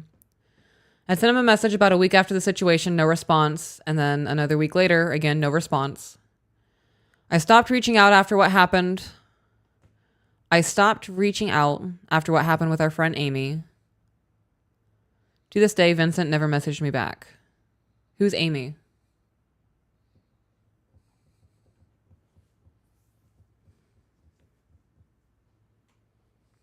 Another mutual friend. So what happened with Amy? Did they rope her in on it and she dropped you as well?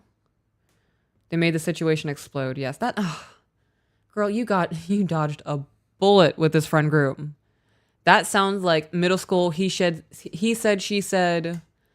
You'll never believe what happened. You have to pick a side or we'll also drop you. This is people living in an echo chamber. I'm good. And this is why we have the problems that we have in this country. Yeah. You know that I have out of everyone in my life, I have one person who's also a libertarian besides you. Mm-hmm. Everyone else falls on one side or the other on the political spectrum. And I can fucking get along with all of them. Same. Because I have beliefs that fall on both sides of the spectrum. And if I disagree with them, I explain my points, they explain theirs, and then we discuss the differences. And when you discuss the differences, if you can't figure out a solution, then all you're doing is whining, shut the fuck up. Because isn't that the point? Okay, I don't like this. Well, I don't like this. Okay, so then how do we find a solution? If we were in charge, what will we do to fix this? And then you have the conversation of how things would have to evolve in order to make things right. Because the whole point of having conversations like this is to figure out solutions to said problems. Right. If you're looking to whine and cry, you need a safe space. Go lock yourself in a fucking closet, get your blankie. Yeah. Like, suck your thumb for a little while and come out when you're ready to act like a big kid. Yeah, we can have a conversation when you're done. Fucking over stupid shit like that.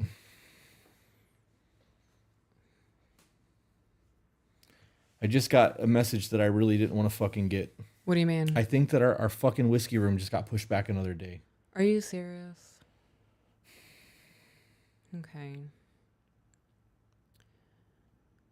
To this day, Vincent never messaged me back. All right. Unfriend, delete number. I won't even block them. Unfriend them. That way when they reach out, be like, who is this? And they respond, be like, oh. Removed you for a reason. Being a friend group, we shared a Discord server together, and while Vincent was not speaking to me, I saw him chatting with our mutual friends, laughing and having a good time without me there. I was spiraling about what Carl told me, and I told Amy, who was in charge of the Discord server, that I needed to leave because, per my words, I was feeling some type of way with Vincent, so I needed space. Amy originally only said okay, and I left it at that. Then she messaged me again 10 minutes later, asking why I felt the way I did. I tried to explain to her, as I did above, that I thought Vincent needed more space and that I was hurt and needed to separate myself from seeing him being happy while not speaking to me to prevent me from spiraling further. We had just celebrated my birthday together as a friend group, so I was very hurt and didn't want to do anything out of impulse to hurt him. Amy then said I was making assumptions of how Vincent feels, that maybe I should talk to him. I told her I did reach out and she did not respond, and he did not respond. And then she said I was being childish for leaving the server, for not trying to talk to him. So I would not have said that it's childish to leave the server. That is a very harsh way of putting that. Really, why would you leave the server though? You're really going to let somebody put you so into your feels that you're going to leave a whole server with all of your other friends in it? Yeah. Why don't you join the server and then post the screenshots of you trying to reach out to them and being ignored? Right. And then be like, next time you want to bash me, why don't you get your fucking facts straight? Yeah. This feels like middle school. This entire thing feels like middle school and it's annoying me. It really does. This would all be eliminated if people still had a real threat of having their fucking teeth knocked out. Yeah. Yep. I was confused at this point because how could I talk to him and resolve anything when he wasn't talking to me? Was I being presumptive?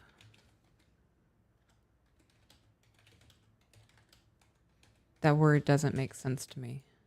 Of his feelings, was I being childish? I kept questioning Amy, albeit harshly and bluntly, asking her why I was being presumptive. Why am I the childish one? I think how I was harshly telling her off, she was surprised, and I apologized for how reactive and harsh I was being with my questioning. But I was extremely upset, and her conversation with me made it worse. She expressed being uncomfortable after our conversation and decided to step away, and I left it at that.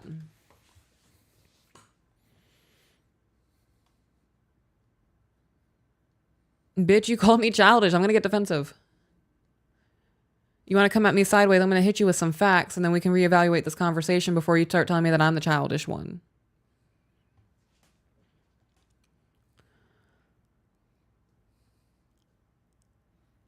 I don't like it when people put themselves in the middle of things. I reached out to you. I said, I'm probably going to dip for a little bit. I'm going to give some space. I wouldn't even said I needed space. Honestly, if you're going to ghost, just ghost. Yeah. Don't announce it. Don't tell people. That's attention seeking to me. I can understand it. I can understand if you saw it as a courtesy of saying, hey guys, I'm going to disappear for a little bit. I wouldn't have said I needed space. I wouldn't have said this is why. I wouldn't have said that person needs space from me. I'm working through some things. I'm gonna take a little hiatus from social media. And I would have left it at that. Because saying things like, oh, well, I'm going to give Vincent space, that leaves an open for oh, what happened? And that feeds into that middle school mindset. Make sense? Find some new friends. Yeah.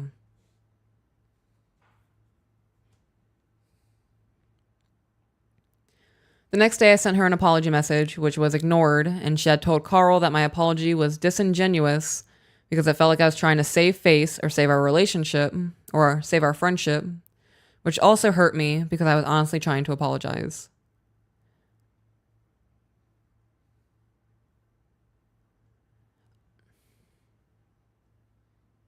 I would move on from this friend group. Yeah, I just said that. I'm good.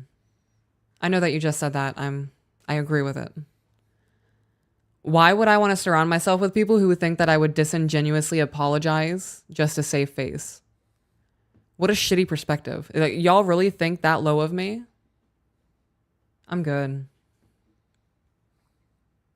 If you have a nicer Discord to join, I know a place. Me too. Someone should tag it in the chat. Patreon. Let's see if I can do that. Am I bloop?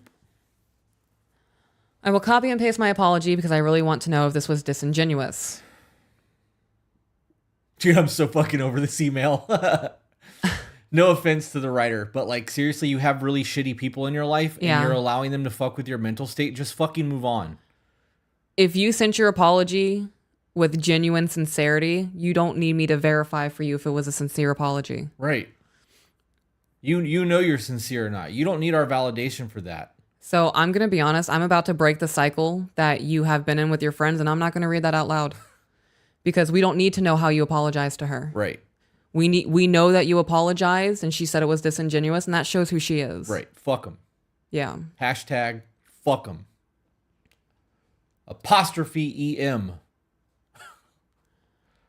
I try my... Oh, she said hashtag fuck them. Hell yeah. I try my best to use I statements, apologize for my actions that I knew were wrong. Was it really a bad apology? I reached out to Amy again. Around the same time, I reached out to Vincent a second time. And she took a few days to respond back, telling me that she did not expect that behavior from me and that I had bit her head off. She was pissed about being dragged into a situation that didn't involve her. You asked. She inquired. I'm going to drive myself into a lake. Holy shit, I hate that there's water in my car.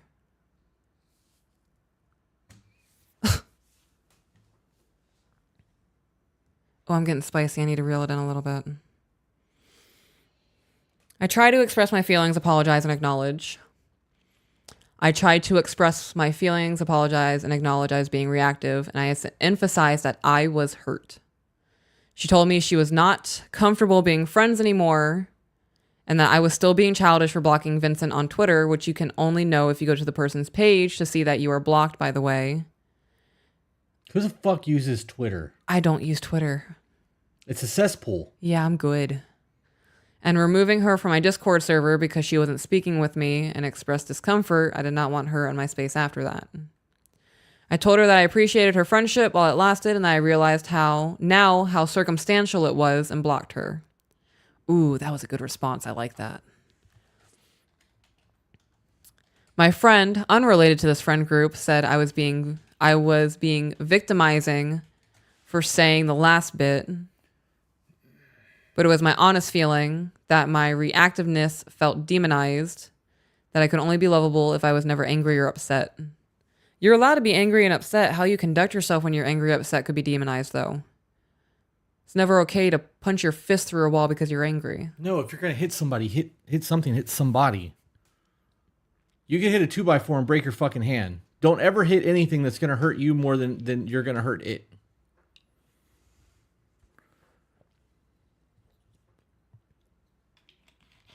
I don't understand Twitter. I don't understand any of this. I am so far removed from all of that type of bullshit because no one in my social circles act like that. Yeah, I'm good. And once I get the slightest inkling, it's crazy to me that people actually exist like that. Oh yeah. There are three people three people specifically I can think of that once I found out that they were busybodies, I removed myself. Not messaging every day, not hitting you up randomly. I'm good.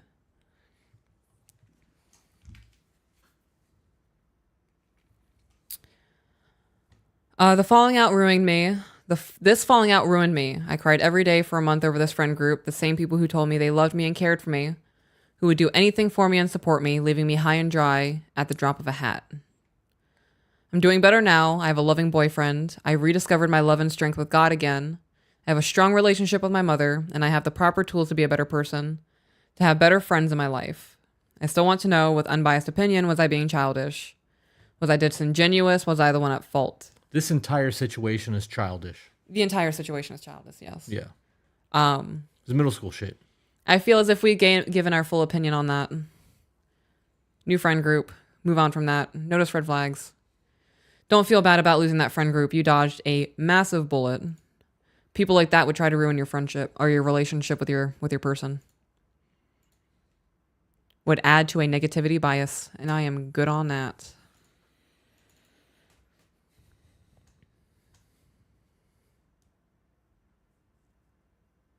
Ooh, things jumping on the screen.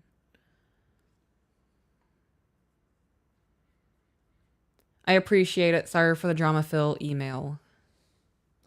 It's okay. It happens. You're welcome. I hope you actually took something from it and you never accept that in your life again, because that is not friendship. Have a good night.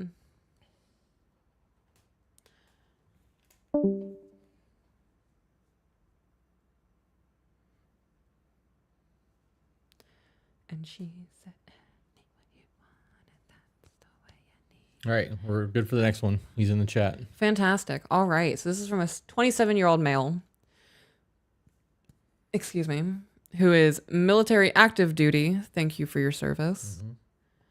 Has been with their significant other for 4 years. Have you known them for 4 years? Have you been together for 4 years? Clarification, please.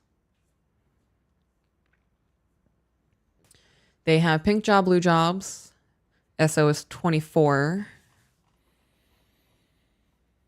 She is a stay-at-home mom. They have 3 children. Oh, 2 children, 3 and 1. Family is all together minus deployments. Follow up with more information. This is a follow-up email? Is this a follow-up email? Zeke's typing right now.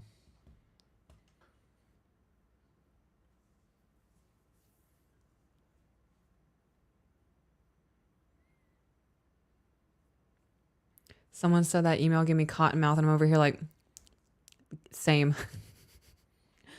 He said to just read that one first. That there was a follow-up. Just read that one first. Okay. We've had a relationship that wasn't as easy as many people deal with. She met me while I was on board a ship and soon found out she was pregnant after just a couple months of dating. I moved in with her and helped support her through the pregnancy, kept dating, and realized that she was the person that I wanted to spend the rest of my life with. The military, however, did not support me in what I needed at the time to afford a family to not get married. The military, however, did not support me on what I needed at the time to afford a family to not get married. You mean the military? He's typing. Okay.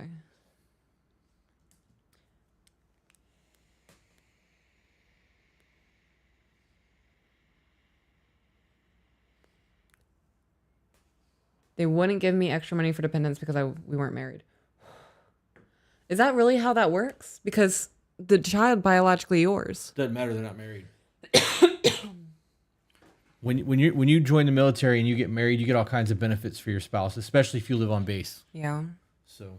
I don't know. It would make sense for me that it would carry over to the child. Right, but not the wife. Right. Because they're not married. So there might have been some benefits, but not for the woman. Okay. And she was a stay-at-home, is what it sounded like. Okay.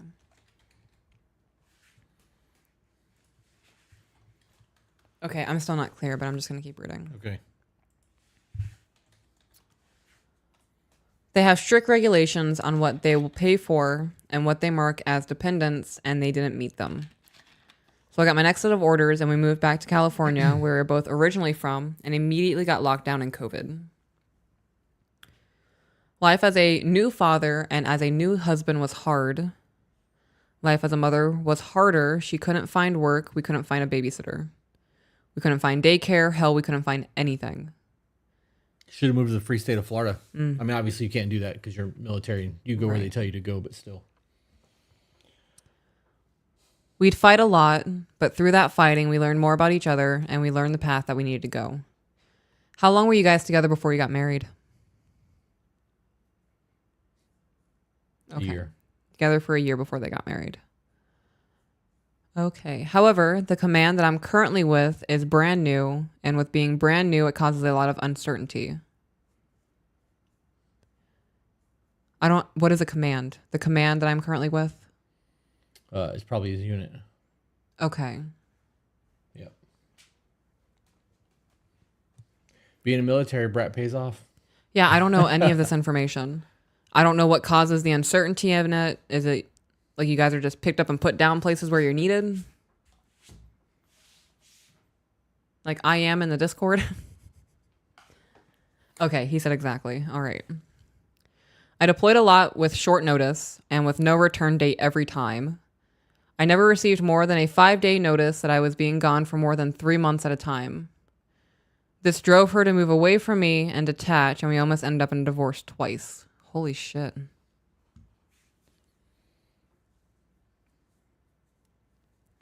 I stuck by my guns and remembered the vows that I gave her, and I knew in my heart that I meant them and I wanted to be with her for the rest of my life. However, the struggles that I went through in our relationship caused a lot of insecurity on my part, and I've had problems with anger and trust. I've been working to better them in counseling. We're in couples counseling, and this has probably been the best deployment relationship-wise that I've had. We trust each other, we openly communicate, and as much as we get pissed off, we try to look each other in the eye, understand the person that's talking to us. However, the email that I sent you is something that I'm not proud of and something that I cringe at the thought of every time it crosses my mind. I have 2 beautiful children with this woman, and I love her with all my heart, and I feel like I fucked up, and I'm afraid to tell her because of the past that we share. Oh, wow. Okay, hang on. I need to reread that. I feel like I fucked up, and I'm afraid to tell her because of the past that we share. This high note that we're on couldn't last forever, but I don't want to let it go, and I don't want to ruin the time that she's had while I was gone. And she's had friends that have visited her, and she's going on a trip across the country to visit family. I don't know how to tell her. Oh, man. I'm going to have to take a hit, guys, real quick. I put myself in these situations, and knowing that there's something that's being hidden from her that could have to prepare. It's hard putting myself in these situations because I put us in that situation. Right. Okay. You want to hear a situation? Yeah. I am addicted to those fucking Pop-Tarts. I've been sitting here for like 45 minutes wanting a fucking Pop-Tart. The s'more ones? No, the brown sugar and cinnamon ones. I don't like those much anymore. They're too so crumbly for good, me. Dude. Wait, so he cheated? You're jumping to conclusions because that was not mentioned. Yeah, we haven't gotten that far yet in the email. But that could be a very safe assumption. Every time you do that, I want to Denzel you from Training Day and be like, breathe, dog. Breathe. I am. Didn't cheat. At least don't see it as that. Okay. So, original email. I, 27 male, crossed a line with my coworker, 23 female, and I'm trying to find the best way to tell my wife. To start this out, I did not perform any sexual acts, nor do I want to conduct any sexual acts with my coworker, 23 female. I am happily married and am good friends with said coworker's significant other. Doesn't mean that you didn't do something foul. Yeah. Especially if you're sending the email. I'm on a business trip and I'm far away from home with 2 other coworkers. Are both other coworkers female, or is she the only one?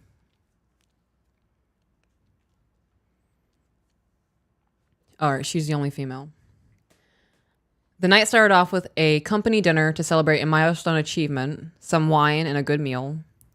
The dinner was so good we all agreed to meet up at a bar close by to play pool and have a couple more drinks. Considering how far away the hotel was, I asked if my coworker, the female, could drive me back since she was billeted a couple rooms down from me, and she agreed.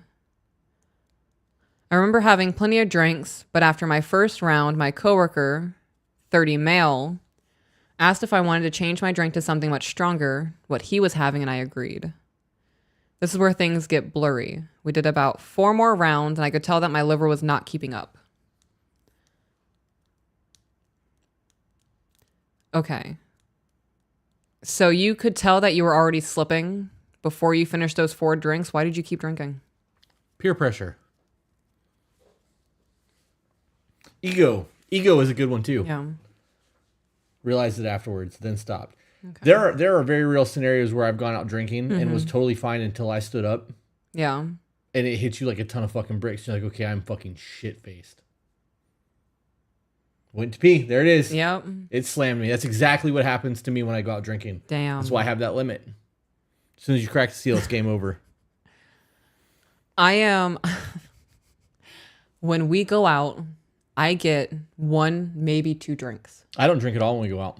It's very rarely I do. I had that champagne when we went to the Louis store, and that's the first time in a few months. Yeah, I had a half of a old fashioned when we went to the movies that one time because I knew by the time we were leaving it would be out of my system. No, you had bourbon or something the other night on the live. No, I didn't. You had whiskey, whatever you had in your cup. No, I didn't. Oh no, you didn't. Ugh. But we also weren't out. Even if I was drinking on the live stream, Right. we were in our home. And the point of that is if I'm drinking, I can't be aware. Oops. Guys, don't tell Peach's secrets. What do you mean don't tell Peach's secrets? She doesn't understand terms of service violations for YouTube. I forgot.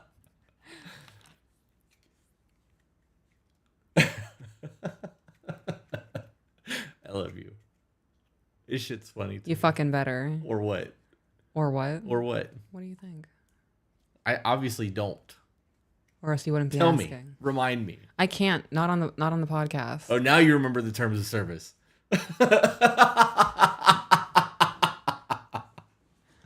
It's not really the term of service. It's how much information you want put out there. You're right.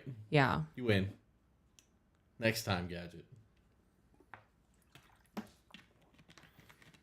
It was all locked and loaded. I was ready to I'm just sure say it was. it. Let's go. This is where things get blurry. I already read that.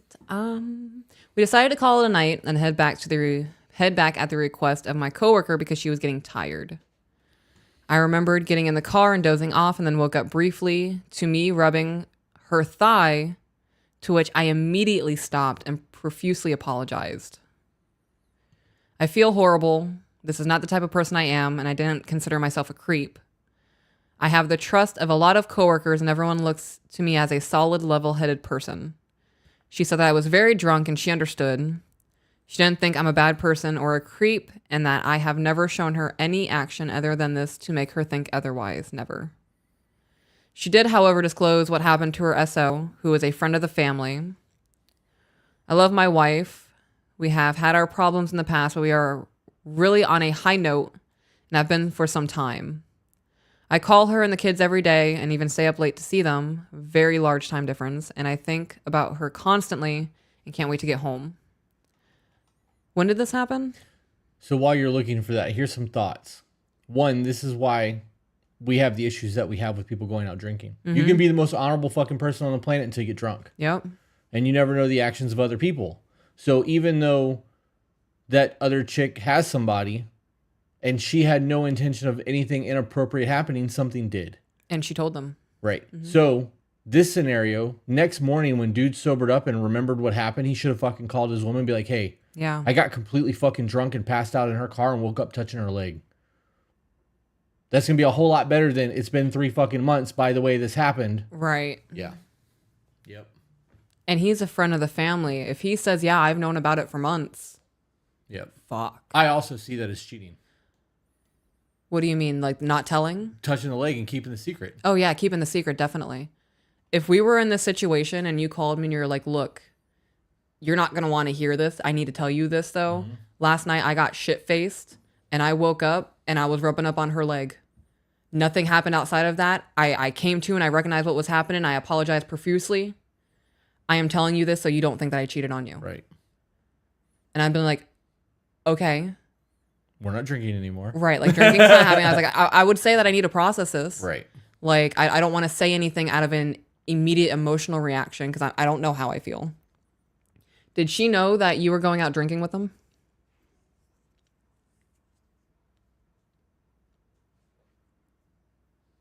Yep. Okay, so she knew. I would have called her the next one. You need to tell her as soon as possible. Yeah, I agree. Yeah. Somebody in the chat said ATP, I wouldn't tell her at all. So I don't know what ATP means. I don't know what ATP means either. At this point. Oh. Yeah, at this point. Ooh, that was slick. Yeah, no, that. Good job, babe. I wouldn't have gotten that one. So at this point, I wouldn't tell her at all. No. The longer you wait, the bigger this issue is going to become. And at this point, you are lying. Right. And you are betraying her trust. And that could end the marriage. Right. And there's no way of knowing that this isn't going to come out 5 years from now and like a barbecue. Right. Remember that time that you got so drunk and touched my leg? Excuse me? Right. Yeah. What if the family friend reaches out and goes, hey, like, you know, she told me what happened. I'm just checking on you guys. Right. I hope like you guys aren't going through it. Like nothing happened. I want to make sure we're all okay. Right. Or what happens if he calls us with the fuck and now they're not friends anymore? Yeah. And the wife wants to be like, hey, what happened to Bobby? Why aren't you guys homies anymore? Like, then you have to come another lie to cover the situation up. Like, I don't know, man. That's a slippery fucking slope.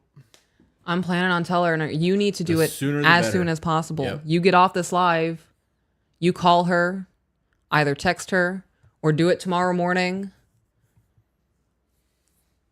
There is really never the right time. Definitely don't do it while she's out at dinner with friends. But if you know she's sitting at home with the kids and she's just resting and nothing's going on, be like, hey, babe, let's do a check-in real quick. Yeah. And then just hit her with, I know you're not going to want to hear this. I need to let you know so you don't think that I cheated on you. Everything that you just told us in the email. She's about to drive across the country back home. The longer this goes on, the worse it's going to be. I agree, Jen. Definitely. Yeah. I think this needs to be hashed out.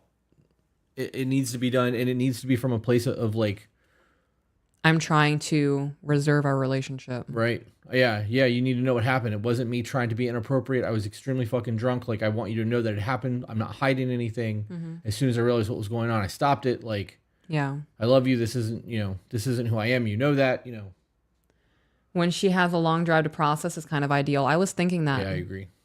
I like my drive time. I get a too. lot of fucking internal dialogue going when I'm driving. You know, you guys could actually have a pretty prolonged conversation about this and say, babe, we've been doing so good. And, you know, past me would have never told you about this. And I don't want to lie to you. Yeah. I don't want to fuck up what we have. I love you. I want to keep doing what we're doing. And part of that is letting you know the things that I don't want to tell you. And then it can be a conversation. And if she says I need space, give her the space, dude. Yeah. Don't let her push it. process. Yeah. Yep.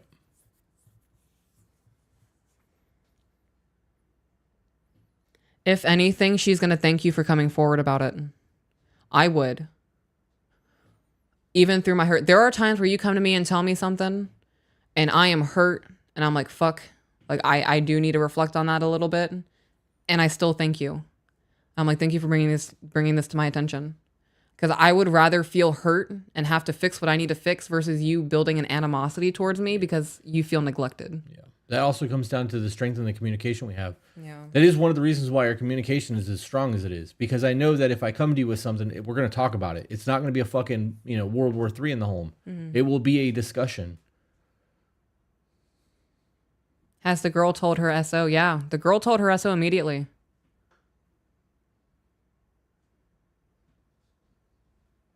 All right. I'm going to put the camera on you Okay. so that I can go use the bathroom and grab a Pop-Tart.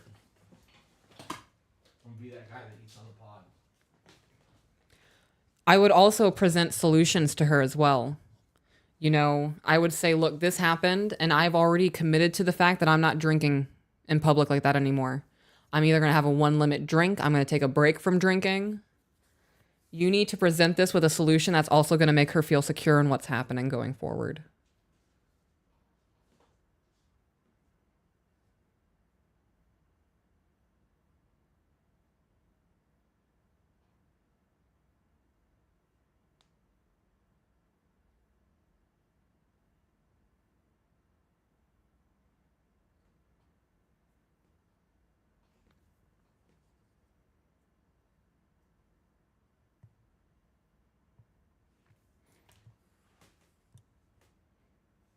I'm going to be honest with the relationship Chris and I have. If he was away on a business trip and something like that happened and he called and told me, I would be hurt.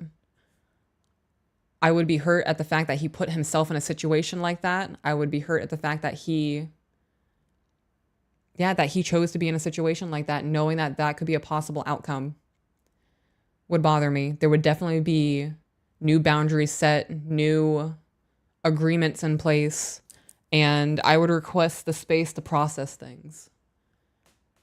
There would not be any animosity or anger on my end because you blacked out. You profusely apologized. You did everything once you recognized that it was happening. The fact that it happened is going to be the hang up though.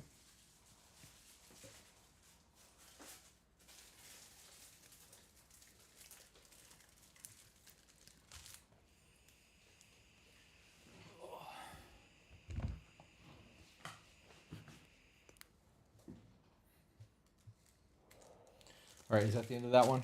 Yeah. All right. Do we have another one, or is that the end of it? The ownership is a big deal. I agree. That was the last one. Oh. You want to, do super chats and answer some questions? Sure. This is exactly why I don't go out to bars anymore. Even if there was an innocent interaction, somebody can present a different version of things and you're going to question everything. Mm-hmm. I'm good on that.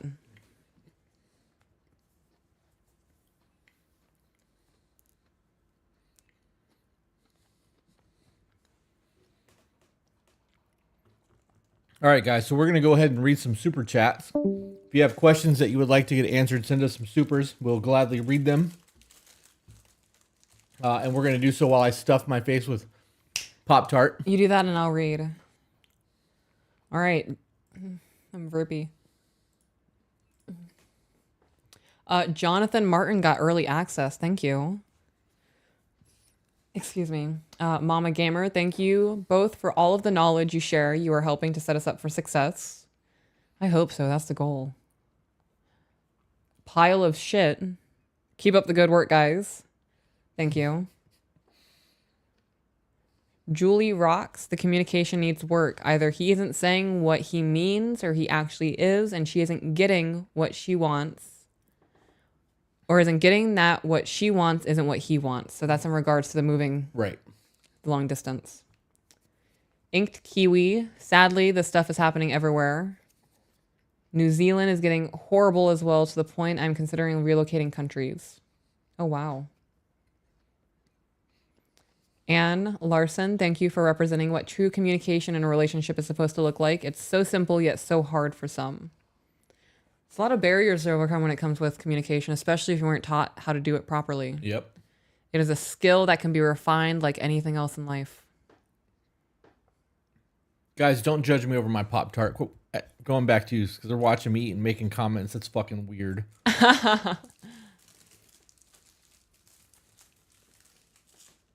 To be better tribe. I'm gonna sneeze, guys.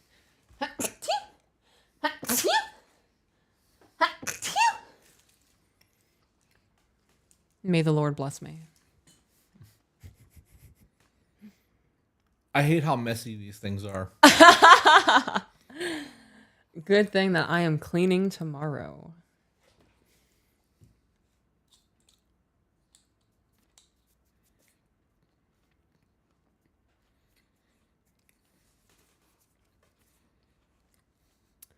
All right. Does guys have any questions? Any more? Anything? Well, I mean, that's the end of it. You want to call it a night? You want to give it a few minutes to see if any more snoopers come in, or do you want to call it? Yeah, let's give it a few more minutes. All right. Because there needs a catch up. They're just saying bless you.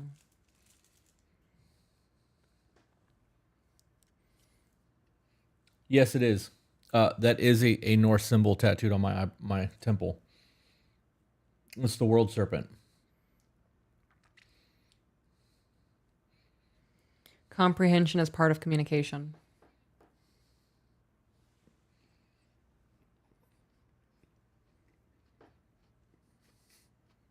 If someone can't comprehend, they are not a good communicator. You guys, I also have this thing, which is actually a legit thing. There's a diagnosis for it. When you step out into the sunlight, it triggers sneezing, and that happens to me. If it's too bright outside, it'll trigger a sneeze. And that's like a legit thing. Alex Boyce said, Peaches, your sneezes are like my cat sneezes.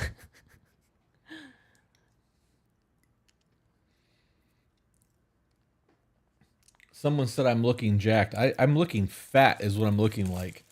Though I appreciate that, I am like 10 pounds away from the Stay Puft Marshmallow Man right now. Oh, stop it. And by the time I'm done with this Pop-Tart, it'll be like 3. Tony R. said your emails cost $78 in AUD. I'm in love with my boyfriend. Well, I love that you love your boyfriend. Our emails are technically free. I was about to say, you can email us for free. What we did tonight is an expedited email. So you have the option to pay $50 for us to expedite your email and put it in front of everybody else's. Right. This is it's a thing like it's pay to play. Right. You can either afford to skip the line, like it's a skip the line pass. Mm-hmm. It's like paying for... skip the line pass. Yeah. That little Disney wristband. Walking past all those people waiting in line, getting on.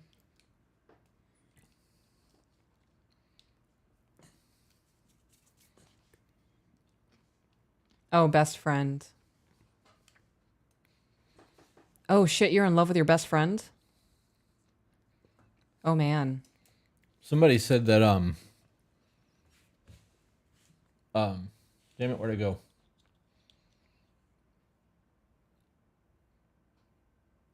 Do you think that check-ins would work for friends? Yeah.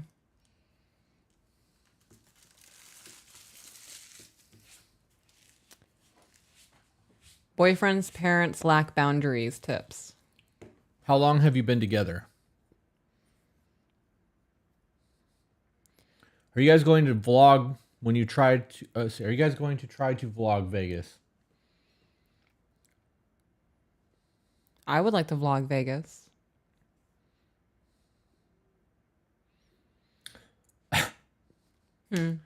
The super chat.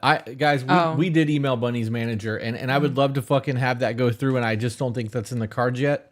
I think that when we get a little bit more like recognition, it might be, and it could be one of those things where we have to pay a fee. I don't know how that's going to work, but we did send the email, and we're waiting to hear back.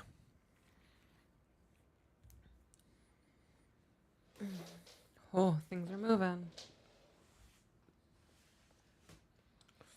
Alex said, Chris, I hear you, but I work out and strive to have arms like yours. Jacked. My arms aren't that big. I'm also way smaller now than I was before. Yeah. So, like, I see myself as a squishy thing compared to what I was. When I ripped my titty, I was fucking huge. You definitely did have more muscle on you, but you're not squishy.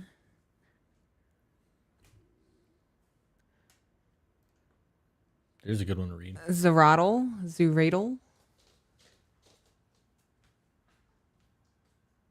I know I'm pretty new and I've only seen your stuff from the last 4 days and you've already started making my life better. Thank you. Oh, I love that. I'm so glad. I hope as you continue listening, it improves so much more.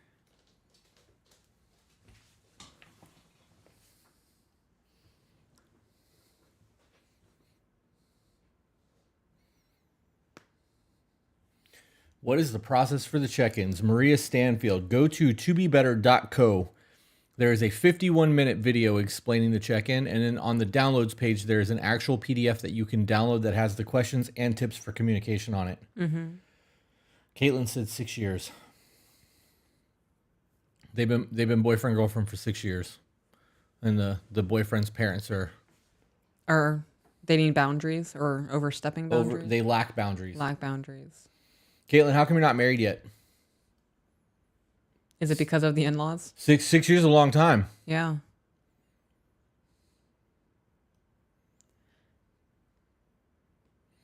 What is the name of the podcast that King Henry and his wife do? I don't know, but I can tell you. I can tell you their channel, maybe. They're going to be on the podcast. I actually talked to Henry yesterday, and They're willing to fly in, right? they said they would be willing to fly in. That's dope. For those of you who don't know, they're just Henry and Victoria Doss on YouTube. Henry and Victoria Doss. So for you, if you're looking for King Henry's YouTube, that's where the podcast will be. I actually sent them the microphones and shit. I gave them all of our old equipment, put everything back in the boxes, and mailed it all out to them. He tagged us in a thank you TikTok. Yep. Yeah, when they found us on YouTube or on Instagram yesterday. So I followed him back and shot him a message, and they replied back. He's always been very, very respectful and like polite. Very good dude. Yeah. As soon as our whiskey room is done and we can start hosting guests, there are people that I would be comfortable having in the house, and they're one of them. Like, I would be totally comfortable having them here. I don't think that there would be any like, what? I thought something happened on the back of the camera. Oh, it's still showing up.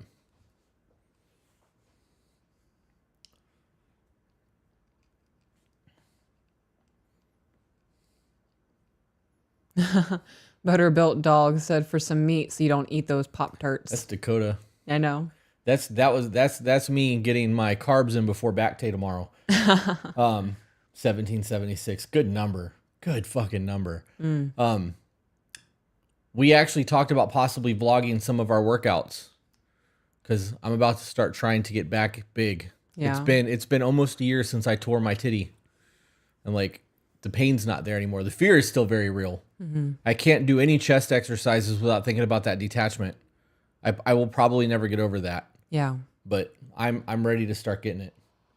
Zach said that gym is fucking dope. That's a pretty big flex for me. Yeah. Yeah, that's my third biggest flex. I want to get back into working out. I'm just worried about fucking up my back more. Yeah. We need to get Jess in here. Yeah.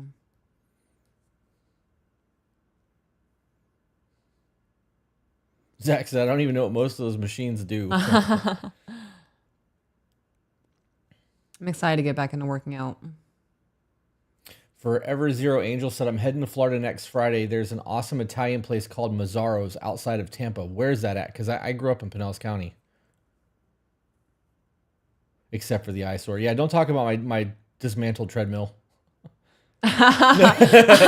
He fucking outed you. That was in this room that we're recording in. It was, yeah, and we used it a few times. I hate walking on a treadmill. Yep. It is awful. I'd rather be outside on a trail.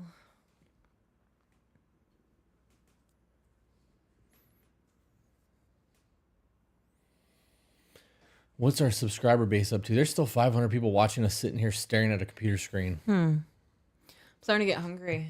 Yeah, I was until I ate that Pop-Tart. I'm good now. Yeah. 102-308. Come on. They still ain't offered me a button yet. Fuckers. Yep, that's how I feel. Kim Martin, 6 days and I'm back at the gym. It's been 5 weeks.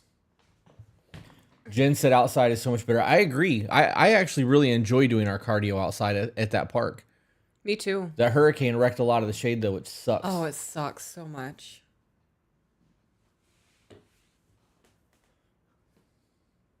Eli Aries, thank you guys for the response to my question the other day. I talked to my wife.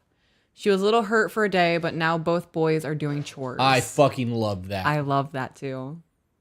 I'm really glad that conversation played out. And I really hope that you hit with, you trust me. Mm-hmm. You think I'm a good man. Let me instill that in the kids. Yeah. Ooh, tore my tendon doing clean and jerks in the middle of an Olympic weightlifting meet. Still have that fear. It's 3 years ago. Oh my God. I ripped 25% off of my pectoral off of my humerus. So I was doing dips with 3 plates. Went down. I got like 3 reps in and it detached from here and shot into there. And they wanted to do surgery. And then I went and got a second opinion. And the doctor was like, just let that shit heal.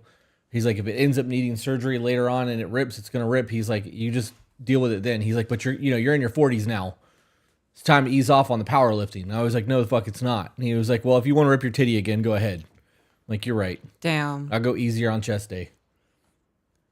I remember the first time you tore it. We were still going to Yeah. the public gym. Dropped a 120-pound dumbbell on my chest. Yeah, I thought it was going to hit your face. Yeah. It's weird because you get like, when I tell people that I was strong, like I wasn't like world record strong, but I had a 425-pound bench press. Like I wasn't a little guy. I have always been big. And I had really decent numbers for just a gym bro. That is a very scary thing. Mm-hmm.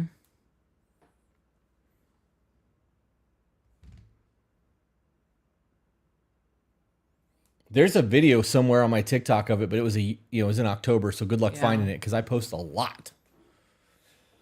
All right, what are we doing? I would like to get some couch time with you, babe. I don't want to be here all night. Mazzaro's is in St. Petersburg. It's a marketplace. Awesome meatballs. That's where I grew up, St. Petersburg. Discord for missed supers. Did I actually miss the supers? I thought we nailed all those. Called that one. We are engaged. Okay, Caitlin, I missed that one. That was the only one I missed. So she's engaged. Okay. They've been together for 6 years. The mother is, the in-law is overstepping boundaries and the tips. The tips is to sit down with your man and say, we want to get married and start our own family. Mm-hmm. And in order for us to do that, your parents need to back the fuck up. Yeah. And they need to start respecting the boundaries that we lay down. And if they can't do that, and you continue to put them before me, it's going to create a whole lot of problems for us in the future. Because it's going to make me second guess where your interests lie. Priority stand. Right. Yep.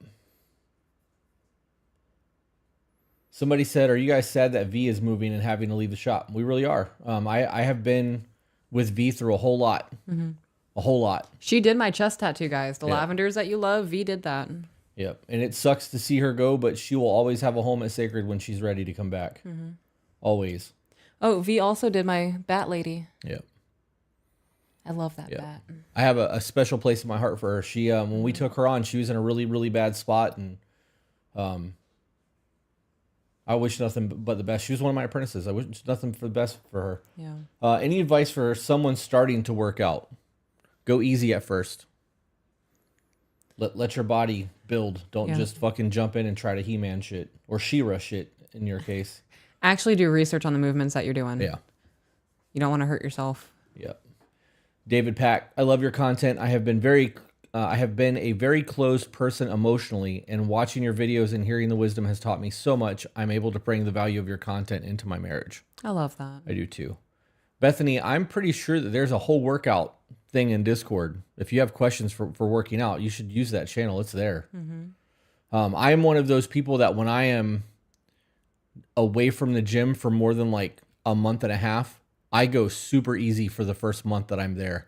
Yeah. So like I always do 4 to 5 sets of each exercise, and I normally do 4 to 6 exercises per body part. But when I first go back to the gym, it's 3 sets of 10 and I'm out the fucking door. Mm-hmm. And I'll do 3 exercises. I keep it super short. I'm in and out in like 20 minutes because I'm not trying to not be able to walk or wipe my ass or move. And I damn sure don't want to get injured. Advice for someone who wants to lose weight. Get your diet in check. Everything when you want to lose weight comes down to calories.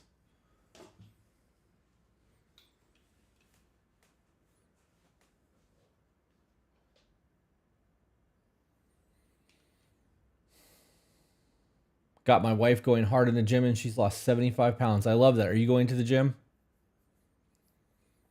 For you guys who, for the fellas in the chat right now, if you are in Discord and you are part of the Patreon community, we are about to have our next men's group start on the 1st. You can get with Zach about that if you want to get into it. I have no idea how to use the machines. YouTube. YouTube. I guarantee you that your gym has a Wi-Fi. Go in there, connect to the Wi-Fi, find the machine, read the name of it that's on the machine, and then YouTube how to use it. It'll be a fucking walkthrough. It's way cheaper than personal trainers. Yeah, I've compiled all of my own workouts. Yeah. Dahlia said, "Are you though? Are you though what? Who are you talking to? I'm so lost." Zeke said I'm Zach. Oh. Or Zach said I'm Zach. Gotcha. Patron. Are most gym memberships a bi-weekly payment? No, most gym memberships are month to month. Better Built Dog said free weights are the one thing I'm not comfortable with, or I'm most comfortable with. I'll run machines all day. Are one thing I'm most comfortable with. I've always been a free weight guy, but my gym is all machines. We had a cage in there. I don't even have a cage in there anymore. No, we don't. Literally everything is machines. We have the bar that I use. Yeah, for your hip thrusters. All right, guys, I want to call this. I'm getting bored and I'm getting hungry and I really want some downtime on the couch. Me too. So, thanks for joining us tonight, guys. It is always a treat to be able to interact with the people who support To Be Better. do we remember what we were supposed to say when we sign off, or are we going to start that later? Because I don't remember what it was. I don't remember